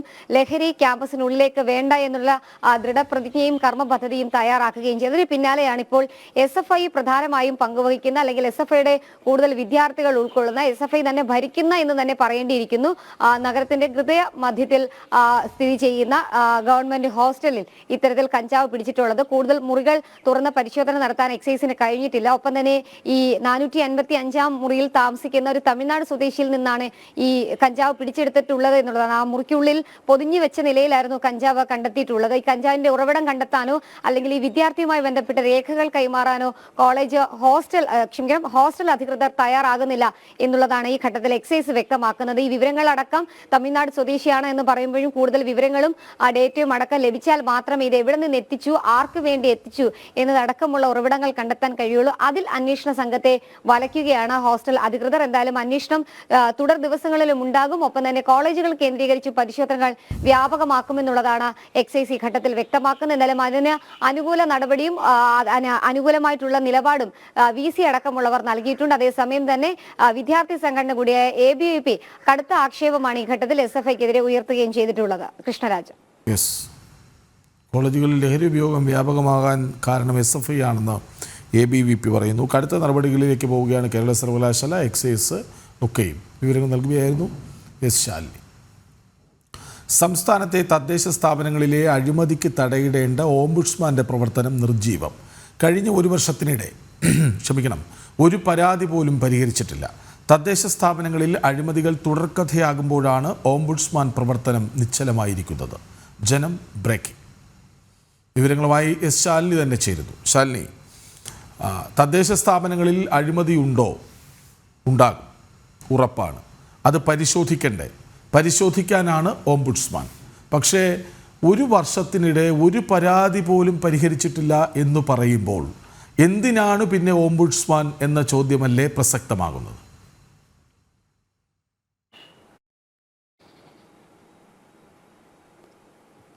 തീർച്ചയായും കൃഷ്ണരാജ് സൂചിപ്പിച്ചതുപോലെ തന്നെയാണ്. അതായത് സംസ്ഥാനത്ത് തദ്ദേശ സ്വയംഭരണ സ്ഥാപനങ്ങൾ, പ്രത്യേകിച്ച് നഗരസഭ, മുനിസിപ്പാലിറ്റി അടക്കമുള്ള സ്ഥാപനങ്ങളിൽ നടക്കുന്ന ക്രമക്കേടുകൾ, ക്രമവിരുദ്ധമായിട്ടുള്ള പ്രവർത്തനങ്ങൾ, അഴിമതി, ഇതൊക്കെ കണ്ടെത്താനും അതുമായി ബന്ധപ്പെട്ട നടപടികൾ പൂർത്തീകരിക്കാനും പരാതികൾ ഉയർന്നാൽ ആ പരാതികൾ പരിഹരിക്കാനും കൃത്യമായ നടപടികൾ സ്വീകരിക്കാനുമാണ് സംസ്ഥാനത്ത് ഓംബുഡ്സ്മാനെ ചുമതലപ്പെടുത്തുകയും ചെയ്തിട്ടുള്ളത്. ലക്ഷങ്ങൾ ശമ്പളം നൽകിയാണ്. അദ്ദേഹത്തിന്റെ ശമ്പള സ്കെയിലൊക്കെ നമ്മൾ പരിശോധിക്കുകയാണെങ്കിൽ ഔദ്യോഗിക വാഹനത്തിൽ ഇന്ധനമടിക്കാൻ അടക്കം 10,000-ങ്ങളാണ് അദ്ദേഹം എഴുതിയെടുക്കുന്നത്. ഒപ്പം തന്നെ അദ്ദേഹത്തിന്റെ താമസം, അദ്ദേഹത്തിന്റെ യാത്ര, കൂടാതെ അദ്ദേഹത്തിന്റെ പ്രതിമാസ ശമ്പളം, ഇതിനടക്കം ഏകദേശം ലക്ഷങ്ങൾ കൈപ്പറ്റിയാണ് ഈ ഒരു ചുമതല വഹിക്കുന്ന വ്യക്തി ആ കസേരയിൽ ഇരിക്കുന്നത്. പക്ഷേ നമ്മൾ കണക്കുകൾ പരിശോധിക്കുകയാണെങ്കിൽ കഴിഞ്ഞ ഒരു വർഷത്തിനിടെ ഒരു രീതിയിലും പരാതികൾ പരിഹരിച്ചിട്ടില്ല, പരിശോധിച്ചിട്ടില്ല എന്നുള്ളതാണ് മനസ്സിലാക്കാൻ സാധിക്കുന്നത്. അതിൽ ഏകദേശം 1657-ലധികം പരാതികളാണ് ഓംബുഡ്സ്മാന്റെ മുൻപിലേക്ക് എത്തിയിട്ടുള്ളത്. ആ ഒരു പരാതി പോലും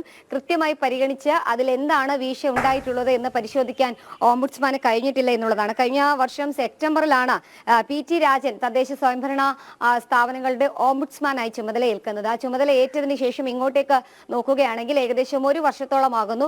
1657 പരാതികൾ. അതിനുശേഷം കഴിഞ്ഞ ഡിസംബർ മുതൽ ഈ മാർച്ച് വരെയുള്ള പരാതികളുടെ എണ്ണവും കൂടി നോക്കുകയാണെങ്കിൽ ഏകദേശം 1800-ലധികം പരാതികൾ അദ്ദേഹത്തിന് മുൻപിൽ എത്തിയിട്ടുണ്ട്. അതിൽ ഒരു പരാതി പോലും തീർപ്പാക്കിയിട്ടില്ല എന്നുള്ളതാണ് നമുക്ക് മനസ്സിലാക്കാൻ സാധിക്കുന്നത്. സെക്രട്ടറി അടക്കം 18 ജീവനക്കാർക്കാണ് ലക്ഷങ്ങൾ ശമ്പളം എല്ലാ മാസവും നൽകുന്നത്. 6 കരാർ ജീവനക്കാരുണ്ട്. അങ്ങനെ ഇത്രയധികം ജീവനക്കാരുണ്ടായിട്ടും തിരുവനന്തപുരം അടക്കം കാസർഗോഡ് വരെയുള്ള എല്ലാ ജില്ലകളിലെയും തദ്ദേശ സ്വയംഭരണ സ്ഥാപനങ്ങളിൽ നിരവധി പരാതികളാണ് ഉയരുന്നത്. പ്രത്യേകിച്ച് ഈ പട്ടികജാതി പട്ടികവർഗ വിദ്യാർത്ഥികൾക്കുള്ള സ്റ്റൈഫൻഡ് നൽകുന്നതിലും അവർക്ക് സഹായങ്ങൾ നൽകുന്നത്, ഒപ്പം തന്നെ ഈ ഏറ്റവും ദരിദ്രരായ കുടുംബങ്ങൾക്ക് വിവാഹ ധനസഹായം നൽകുന്നത് അടക്കമുള്ള പരാതികൾ ഇദ്ദേഹത്തിന് മുൻപാകെ എത്തിയിട്ടുണ്ട്. അതിലടക്കം ക്രമക്കേടുകൾ പല ഉദ്യോഗസ്ഥരും നടത്തിയിട്ടുണ്ട് എന്നുള്ള പരാതികൾ എത്തി. പക്ഷേ ഈ പരാതികളൊന്നും കൃത്യമായി പരിശോധിക്കാനോ അല്ലെങ്കിൽ അതുമായി ബന്ധപ്പെട്ട ഒരു രീതിയിലുള്ള നടപടികൾ പൂർത്തീകരിക്കാനോ കഴിഞ്ഞിട്ടില്ല എന്നുള്ളതാണ് വസ്തുത. ഒപ്പം തന്നെ ഇതിൽ ഏറ്റവും കൂടുതൽ പരാതി നൽകിയിട്ടുള്ള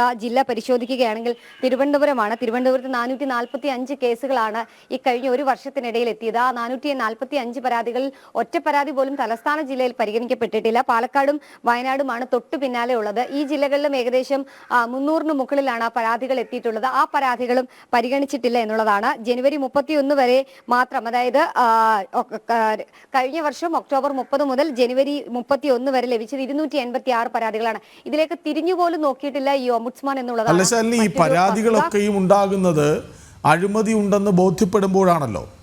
അഴിമതി ബോധ്യപ്പെടുന്നവർ അല്ലെങ്കിൽ അതിന് അഴിമതിക്ക് സാക്ഷിയാകുന്നവർ അവരൊക്കെയാണല്ലോ കൃത്യമായ തെളിവുകൾ സഹിതം പരാതിയിലേക്ക് പോകുന്നത്. അങ്ങനെ പരാതികൾ വന്നിട്ടും അതിലൊന്നിലും പരിഹാരമില്ലെങ്കിൽ എന്താണ് ഓംബുഡ്സ്മാന്റെ ജോലി?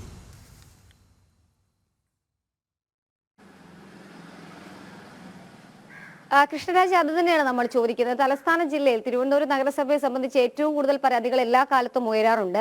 നഗരസഭ രാഷ്ട്രീയ പ്രേരിതമായി പല ഉദ്യോഗസ്ഥരും പെരുമാറുന്നു, ഒപ്പം തന്നെ രാഷ്ട്രീയം നോക്കി സഹായങ്ങൾ നൽകുന്നു എന്നതടക്കമുള്ള പരാതികൾ. അങ്ങനെ പരിശോധിക്കുകയാണെങ്കിൽ ഒരു വർഷത്തിന് 445 പരാതികൾ വന്നു. കൊല്ലത്താണെങ്കിൽ 144 പരാതികൾ വന്നു. എറണാകുളം ജില്ലയിൽ 280 പരാതികളാണ് എത്തിയത്.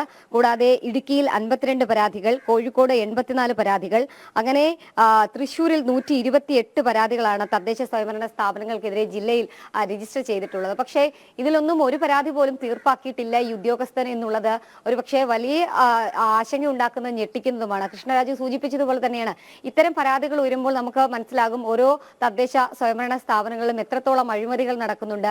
അതിൽ ഒരു അഴിമതിയുടെ കൂത്തരങ്ങായി തദ്ദേശ സ്ഥാപനങ്ങൾ മാറുന്നുണ്ട്. അവിടെ എന്തുകൊണ്ട് ഇദ്ദേഹം നിശ്ചലമായിരിക്കുന്നു, പരാതികൾ പരിശോധിക്കുന്നില്ല അല്ലെങ്കിൽ കൃത്യമായി ഇടപെടുന്നില്ല എന്നൊരു ചോദ്യമാണ് ഈ ഘട്ടത്തിൽ ഉണ്ടാകുന്നത്. ഈ അഴിമതി ചെയ്യുന്നവർക്കത് കൂടുതൽ കൂടുതൽ ഊർജ്ജം നൽകുന്ന ഒരു പ്രവൃത്തി കൂടിയാണ് അദ്ദേഹം ഈ ലക്ഷങ്ങൾ ശമ്പളം വാങ്ങിയ കസേരയിൽ ഇരുന്ന് ചെയ്യുന്നത് എന്നൊരു ആക്ഷേപം കൂടിയാണ്. ഒരു പൊതുപ്രവർത്തകൻ, കൊച്ചി കേന്ദ്രമാക്കി പ്രവർത്തിക്കുന്ന രാജു വാഴക്കാല എന്ന് പറയുന്ന വിവരാവകാശ പ്രവർത്തകർ നൽകിയ വിവരാവകാശ രേഖയിലാണ് ഇത്തരത്തിൽ രേഖകൾ സർക്കാർ നൽകിയിട്ടുള്ളത്. അതിലാണ് ഇത്രയധികം പരാതികളുണ്ട് എന്നും അതിലൊന്നും തീർപ്പാക്കിയിട്ടില്ല എന്നുമുള്ള ഞെട്ടിക്കുന്ന വിവരങ്ങൾ വരുന്നത്. എന്തായാലും അഴിമതി ചെയ്യുന്നവർക്കും അഴിമതിക്ക് കൂട്ടുനിൽക്കുന്നവർക്കും കുടപിടിക്കുന്ന സംവിധാനങ്ങളിലേക്ക് സർക്കാർ മാറുന്നു. ഒപ്പം തന്നെ അതിന് ഉദ്യോഗസ്ഥരും കുടപിടിക്കുന്നു എന്നുള്ളതാണ് നമുക്ക് ഈ വാർത്തയിൽ നിന്ന് മനസ്സിലാക്കാൻ സാധിച്ചിട്ടുള്ളത്, വിവരാവകാശ രേഖയിൽ നിന്ന് മനസ്സിലാക്കാൻ സാധിക്കുന്നു. എന്തായാലും വലിയ രീതിയിലുള്ള പരാതികൾ ഇദ്ദേഹത്തിനെതിരെ ഉയരുന്നുണ്ട്, ആക്ഷേപം ഉയരുന്നുണ്ട്. എന്തായാലും ഇനി വരും ദിവസങ്ങളിലെങ്കിലും പരാതി പരിഹരിച്ച് സാധാരണക്കാരുടെ ആവശ്യങ്ങൾ അംഗീകരിക്കുമെന്ന് നമുക്ക് പ്രത്യാശിക്കാം. കൃഷ്ണരാജ്.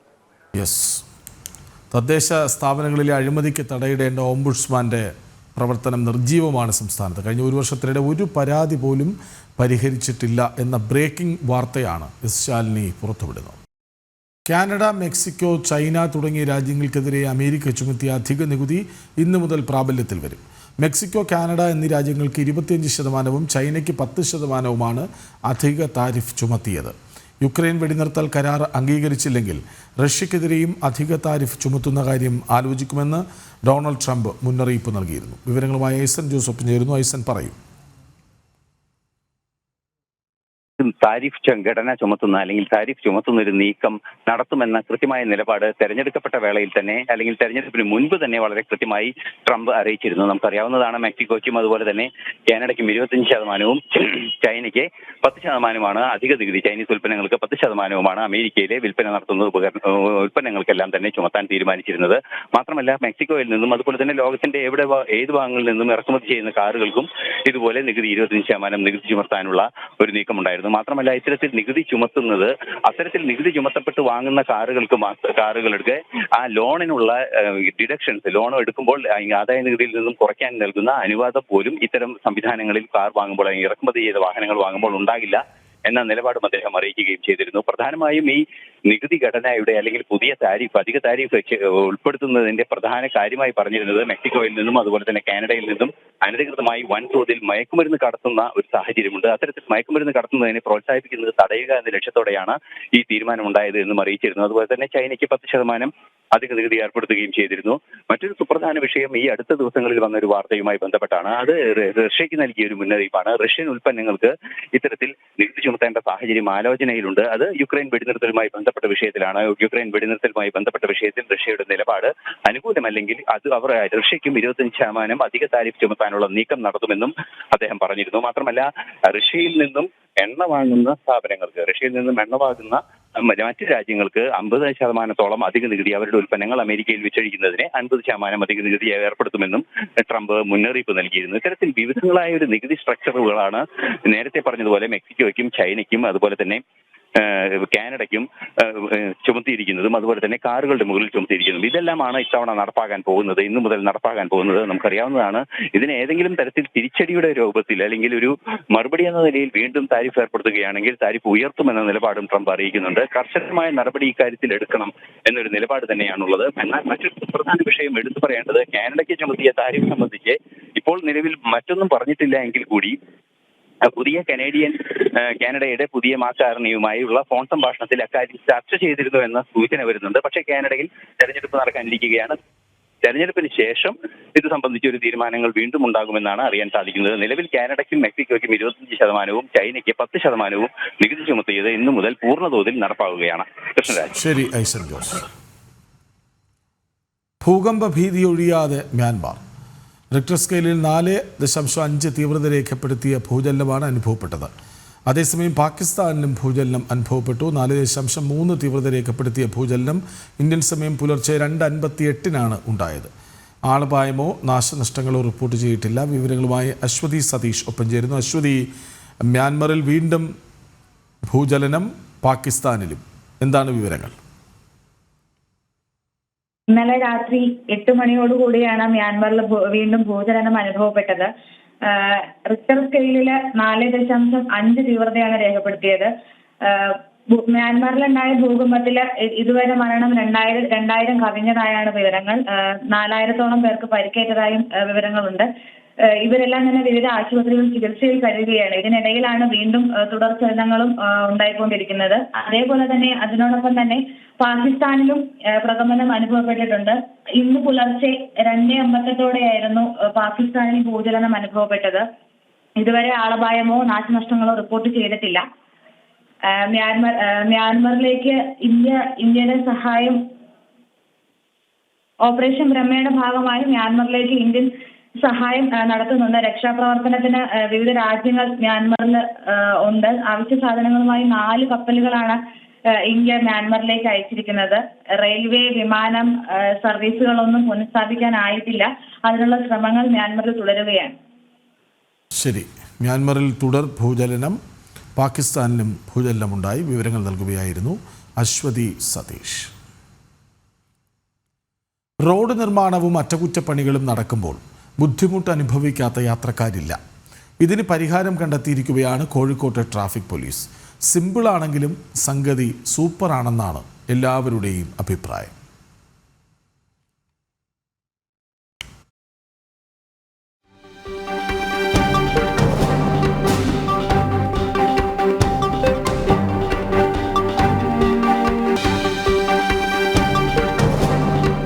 സംഗതി സിമ്പിളാണ്. ട്രാഫിക് നിയന്ത്രണത്തിന് നമ്മളെന്നും കാണുന്നത് തന്നെ. എന്നാൽ 4 ചക്രമുള്ളത് കൊണ്ട് എപ്പോൾ വേണമെങ്കിലും എവിടേക്കും മാറ്റിവെക്കാം.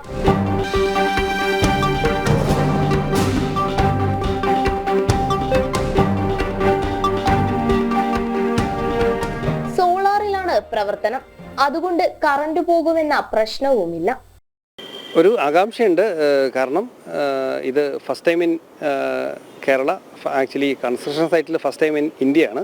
ആക്ച്വലി മലാപ്പറമ്പിൽ വേറെ ഓപ്ഷൻസ് ഒന്നും ഇല്ലാത്തത് കൊണ്ടാണ്. കാരണം 30 സ്റ്റാഫ് രാത്രിയും പകലുമായിട്ട് 30 സ്റ്റാഫ് നിൽക്കുന്ന ഒരു ബുദ്ധിമുട്ട്.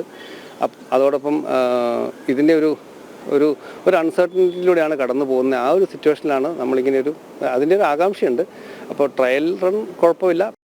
ദേശീയപാത നിർമ്മാണം നടക്കുന്ന മലാപ്പറമ്പ് ജംഗ്ഷനിലാണ് ട്രാഫിക് നിയന്ത്രണത്തിനായി പോർട്ടബിൾ ട്രാഫിക് സിഗ്നൽ ലൈറ്റിന്റെ ആദ്യ പരീക്ഷണം. സംഗതി വിജയമാണെന്നാണ് പൊതുവെയുള്ള വിലയിരുത്തൽ.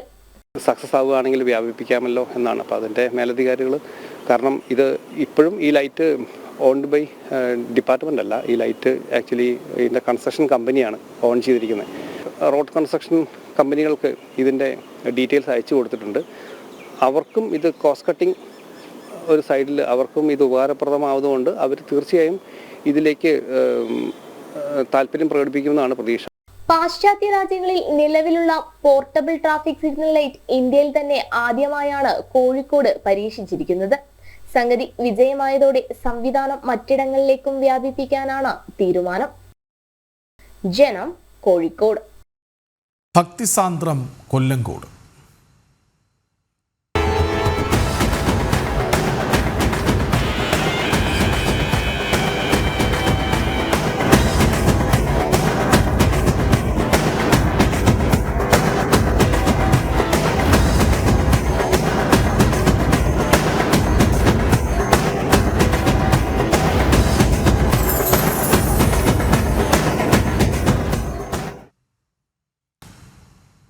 ഭക്തിസാന്ദ്രമായി കൊല്ലങ്കോട് ഭദ്രകാളി ക്ഷേത്രത്തിലെ തൂക്ക മഹോത്സവം. ഇന്നലെ രാവിലെ 6 മണിക്ക് ആരംഭിച്ച വില്ലിൽ തൂക്ക ചടങ്ങ് പുലർച്ചെ വരെ നീണ്ടുനിൽക്കും. ഭക്തസഹസ്രങ്ങളാണ് അമ്മയുടെ അനുഗ്രഹം തേടി തിരുസന്നിധിയിലേക്ക് ഒഴുകിയെത്തിയത്. കൊല്ലങ്കോട് വെങ്കഞ്ഞി ഭദ്രകാളി ക്ഷേത്ര സന്നിധിയിൽ 1200-നടുത്ത് കുഞ്ഞുങ്ങളെയാണ് വില്ലിൽ തൂക്ക ചടങ്ങിൽ പ്രാർത്ഥനാ സമർപ്പണം നടത്തിയത്.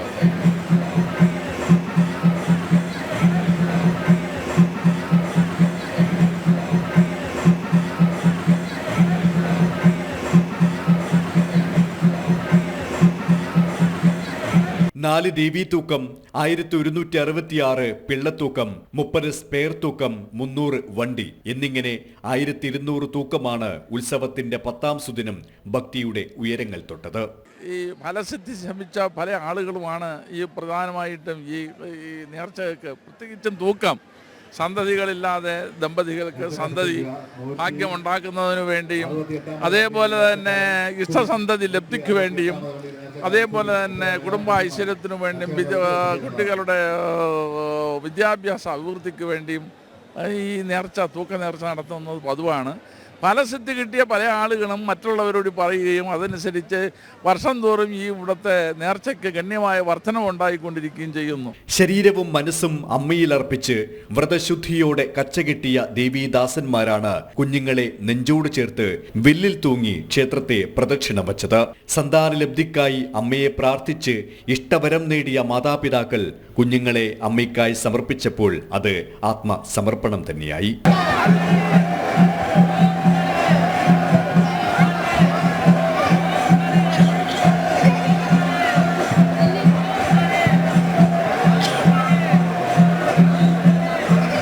ജനം, കൊല്ലങ്കോട്.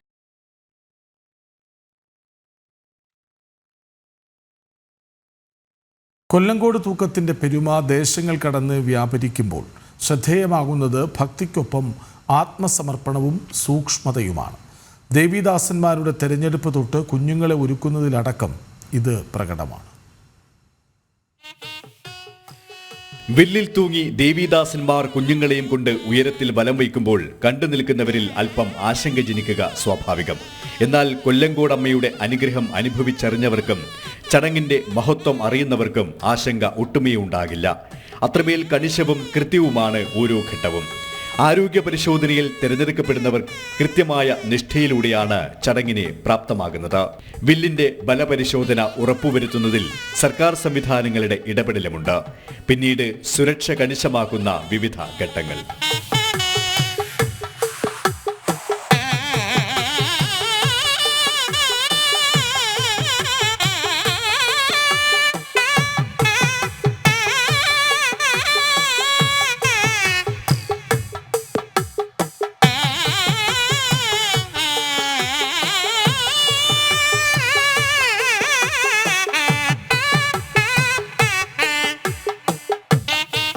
കുഞ്ഞുങ്ങൾക്കും സൂക്ഷ്മതയോടെയാണ് അതീവ സുരക്ഷ ഉറപ്പാക്കുന്നത്. കൊല്ലങ്കോട് ക്ഷേത്രത്തിൽ നിന്നാണ് ആദ്യമായിട്ട് കുട്ടികൾക്കുള്ളൊരു സേഫ്റ്റി ബെൽറ്റ് എന്നുള്ള ആശയം ഉണ്ടാക്കിയത്.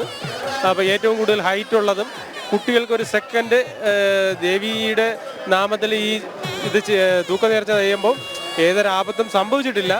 എന്നാലും മാതാപിതാക്കളുടെ കാഴ്ചയ്ക്ക് ഒരു സുരക്ഷ എന്നുള്ളതാണ് ഒരു സേഫ്റ്റി ബെൽറ്റ് കൊല്ലങ്കോട് നിന്നാണ് ആദ്യമായിട്ട് നിർമ്മിച്ചത്. 15 വർഷത്തിൽ കൂടുതലായിട്ട് ഈ സേഫ്റ്റി ബെൽറ്റ് ഇവിടെ ചെയ്തു വരുന്നു. പല ക്ഷേത്രങ്ങൾക്ക് നമ്മൾ ഇവിടെ നിന്നാണ് കൊല്ലങ്കോട്ട് നിന്നാണ് വിതരണം ചെയ്യുന്നത്. ഈ ക്ഷേത്രം സ്ഥിരമായി 15 വർഷമായിട്ട് കുഞ്ഞുങ്ങളുടെ സേഫ്റ്റിക്ക് വേണ്ടി സേഫ്റ്റി ബെൽറ്റ് കിട്ടാൻ വരികയാണ്.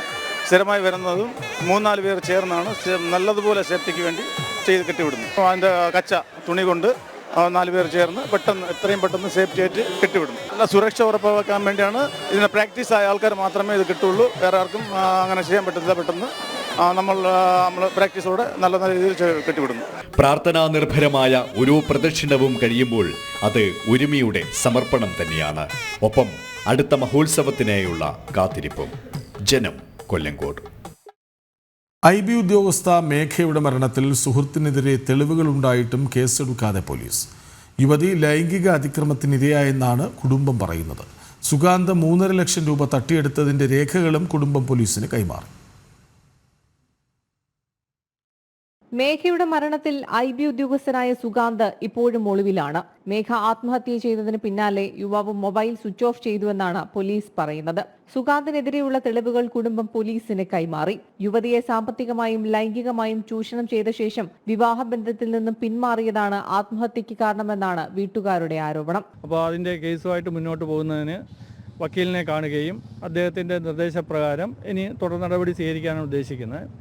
അപ്പോൾ നമ്മൾ പേട്ട CA കാണുക. അദ്ദേഹം വളരെ ആത്മാർത്ഥമായിട്ട് തന്നെ ഈ കേസ് അന്വേഷിക്കുന്നുണ്ട്.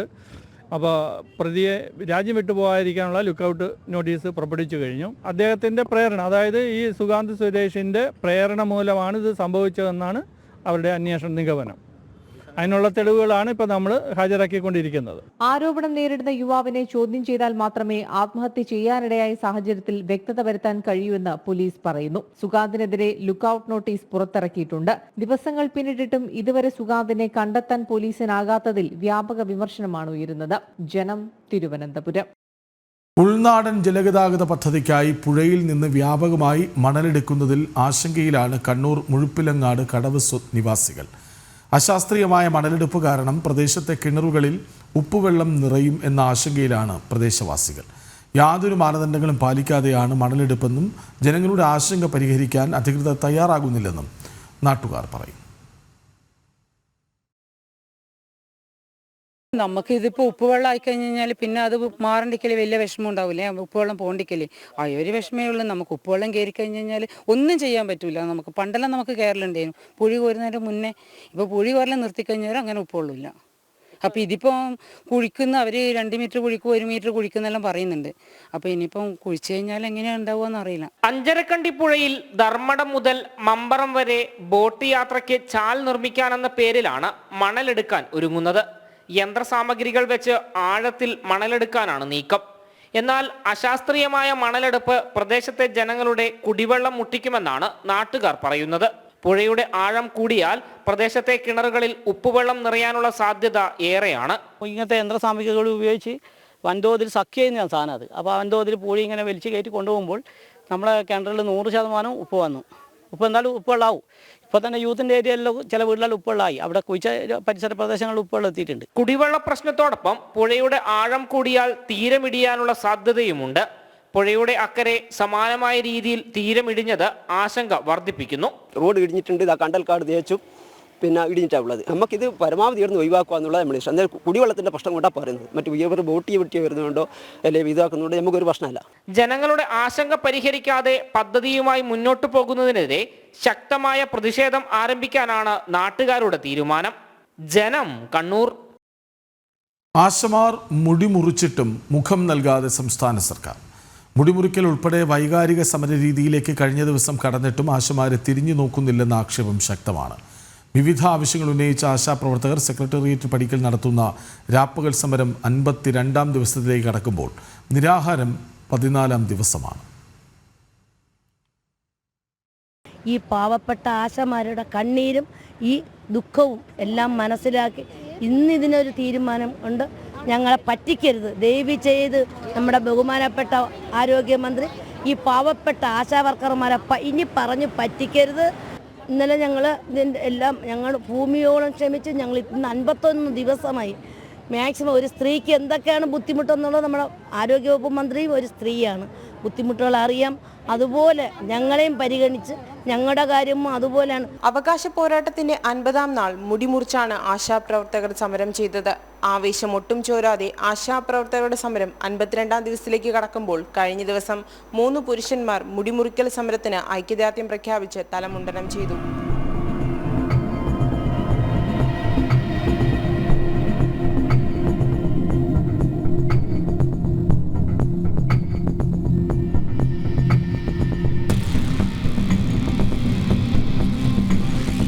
അനിശ്ചിതകാല നിരാഹാര സമരം 14ാം ദിവസം പിന്നിടുമ്പോഴും സമരവീര്യം ഒട്ടും ചോർന്നിട്ടില്ല.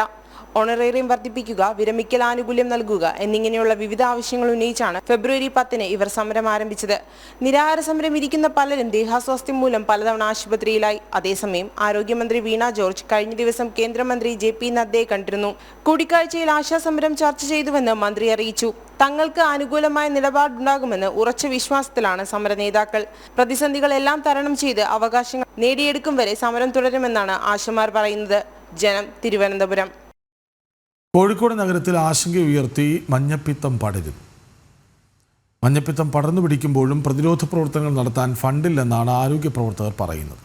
ഭക്ഷണത്തിൽ കൂടി പകരുന്ന വൈറൽ ഹെപ്പറ്റൈറ്റിസ് A വിഭാഗത്തിൽപ്പെടുന്ന മഞ്ഞപ്പിത്തമാണ് പടർന്നു പിടിക്കുന്നത്. ദിവസേന 10-ലധികം പേരാണ് മഞ്ഞപ്പിത്ത ബാധയെ തുടർന്ന് ജില്ലയിലെ വിവിധ ആശുപത്രികളിൽ ചികിത്സ തേടുന്നത്. വിവരങ്ങളുമായി ഗോകുൽ ചേരുന്നു. ഗോകുൽ, ആശങ്കയാണ്, മഞ്ഞപ്പിത്തമാണ്, അതിങ്ങനെ പടരുകയാണ്, എന്നിട്ടും നടപടിയൊന്നും ഉണ്ടാകുന്നില്ലെന്നോ?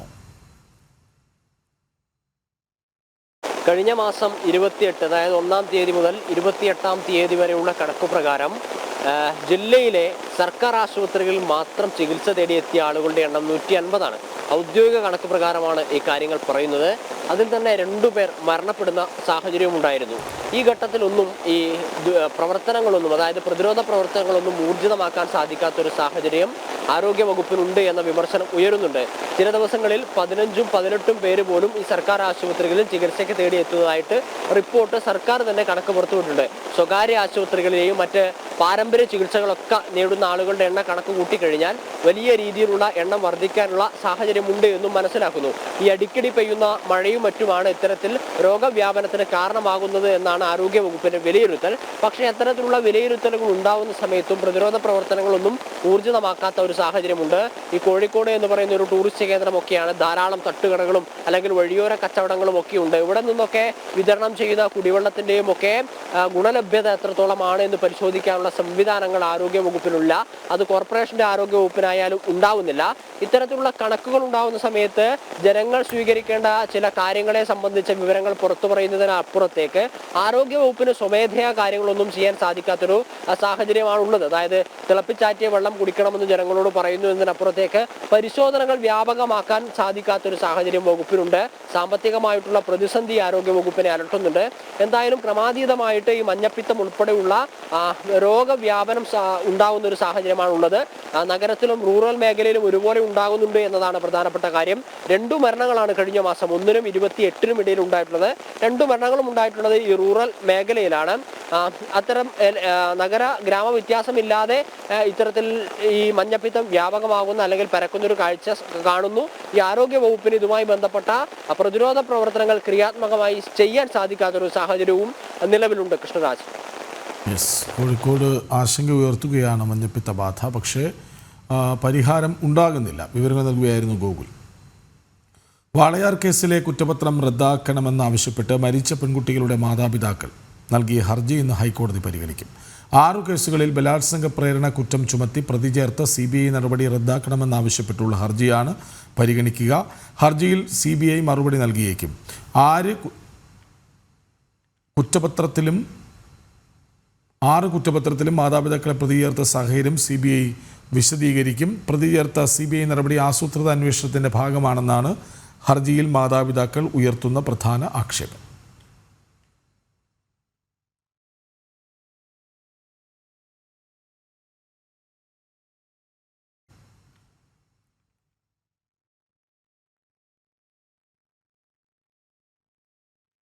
കരുനാഗപ്പള്ളി സന്തോഷ് കൊലപാതകത്തിൽ ഒരു പ്രതി കൂടി പിടിയിൽ. ഓച്ചിറ ചങ്ങൻകുളങ്ങര സ്വദേശി പങ്കജ് മേനോനാണ് പിടിയിലായത്. ഒളിവിൽ കഴിഞ്ഞ പ്രതിയെ കല്ലമ്പലത്ത് നിന്നാണ് പിടികൂടിയത്. കഴിഞ്ഞ ആഴ്ചയാണ് സന്തോഷിനെ അക്രമി സംഘം വീട്ടിൽ കയറി വെട്ടിക്കൊന്നത്. വിവരങ്ങളുമായി മനോജ് ചേരുന്നു. മനോജ്, വിവരങ്ങൾ. ഇതുവരെ കേസിൽ 7 പ്രതികളാണ് പിടിയിലായിട്ടുള്ളത്.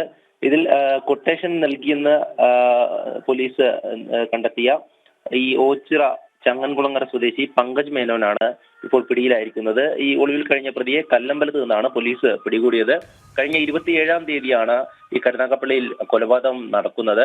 സന്തോഷിന്റെ വീട്ടിലേക്ക് എത്തിയ സംഘം ഇത്തരത്തിൽ ആക്രമിച്ച് കൊലപ്പെടുത്തുകയായിരുന്നു. 2 സംഘങ്ങളും തമ്മിലുള്ള വ്യക്തി വൈരാഗ്യങ്ങളാണ് ഇത്തരത്തിലുള്ള ഈ ഒരു കൊലപാതകത്തിലേക്ക് നയിച്ചതെന്ന് പോലീസ് ആദ്യമേ തന്നെ കണ്ടെത്തിയിരുന്നു. ഈ സംഘങ്ങൾ തമ്മിൽ നേരത്തെയും ഇത്തരത്തിലുള്ള ഏറ്റുമുട്ടലുകൾ ഉണ്ടായിരുന്നു. എന്തായാലും സന്തോഷിനെ കൊലപ്പെടുത്തിയതിന് പിന്നാലെ ഒളിവിൽ പോയ ഓരോ പ്രതികളെയായി പോലീസ് പിടികൂടിയിരുന്നു. കഴിഞ്ഞ ദിവസം അടക്കം ഈ സോനു എന്ന് പറഞ്ഞ പ്രതിയും അതോടൊപ്പം തന്നെ ഹരി പ്യാരി എന്നിവരുമൊക്കെ അറസ്റ്റിലായിരുന്നു. കൃത്യത്തിൽ നേരിട്ട് പങ്കുള്ളവരൊക്കെ പോലീസ് 4 പേരെയാണ് അറസ്റ്റ് ചെയ്തിട്ടുള്ളത്. ഈ സഹായിച്ച 2 പേരും കൊട്ടേഷൻ നൽകിയ ഒരാളുമാണ് ഇപ്പോൾ അറസ്റ്റിലായിട്ടുള്ളത്. എന്തായാലും ഈ ഒരു കേസുമായി ബന്ധപ്പെട്ട് പോലീസ് മുഖ്യ പ്രതിയായിരുന്ന പങ്കജ് മേനോനെയും കൂടെ അറസ്റ്റ് ചെയ്തിരിക്കുകയാണ്. ഈ പങ്കജ് മേനോന്റെ CPM ബന്ധമടക്കം നേരത്തെ പുറത്തു വന്നതാണ്. CPMന്റെ സമുന്നതരായിട്ടുള്ള നേതാക്കളുമായി ബന്ധം പുലർത്തിയിരുന്ന ആളായിരുന്നു ഈ പങ്കജ് മേനോൻ.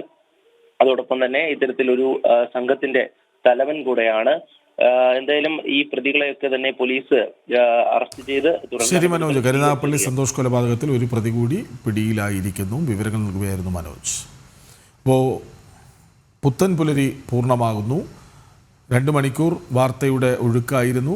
വിവിധ വാർത്തകൾ പ്രേക്ഷകരിലേക്ക് എത്തിക്കാനായി നല്ലൊരു ശുഭകരമായ ദിവസത്തിൻ്റെ തുടർച്ച എല്ലാവർക്കും ഉണ്ടാകട്ടെ എന്ന് ആശിക്കുന്നു. നമസ്തേ.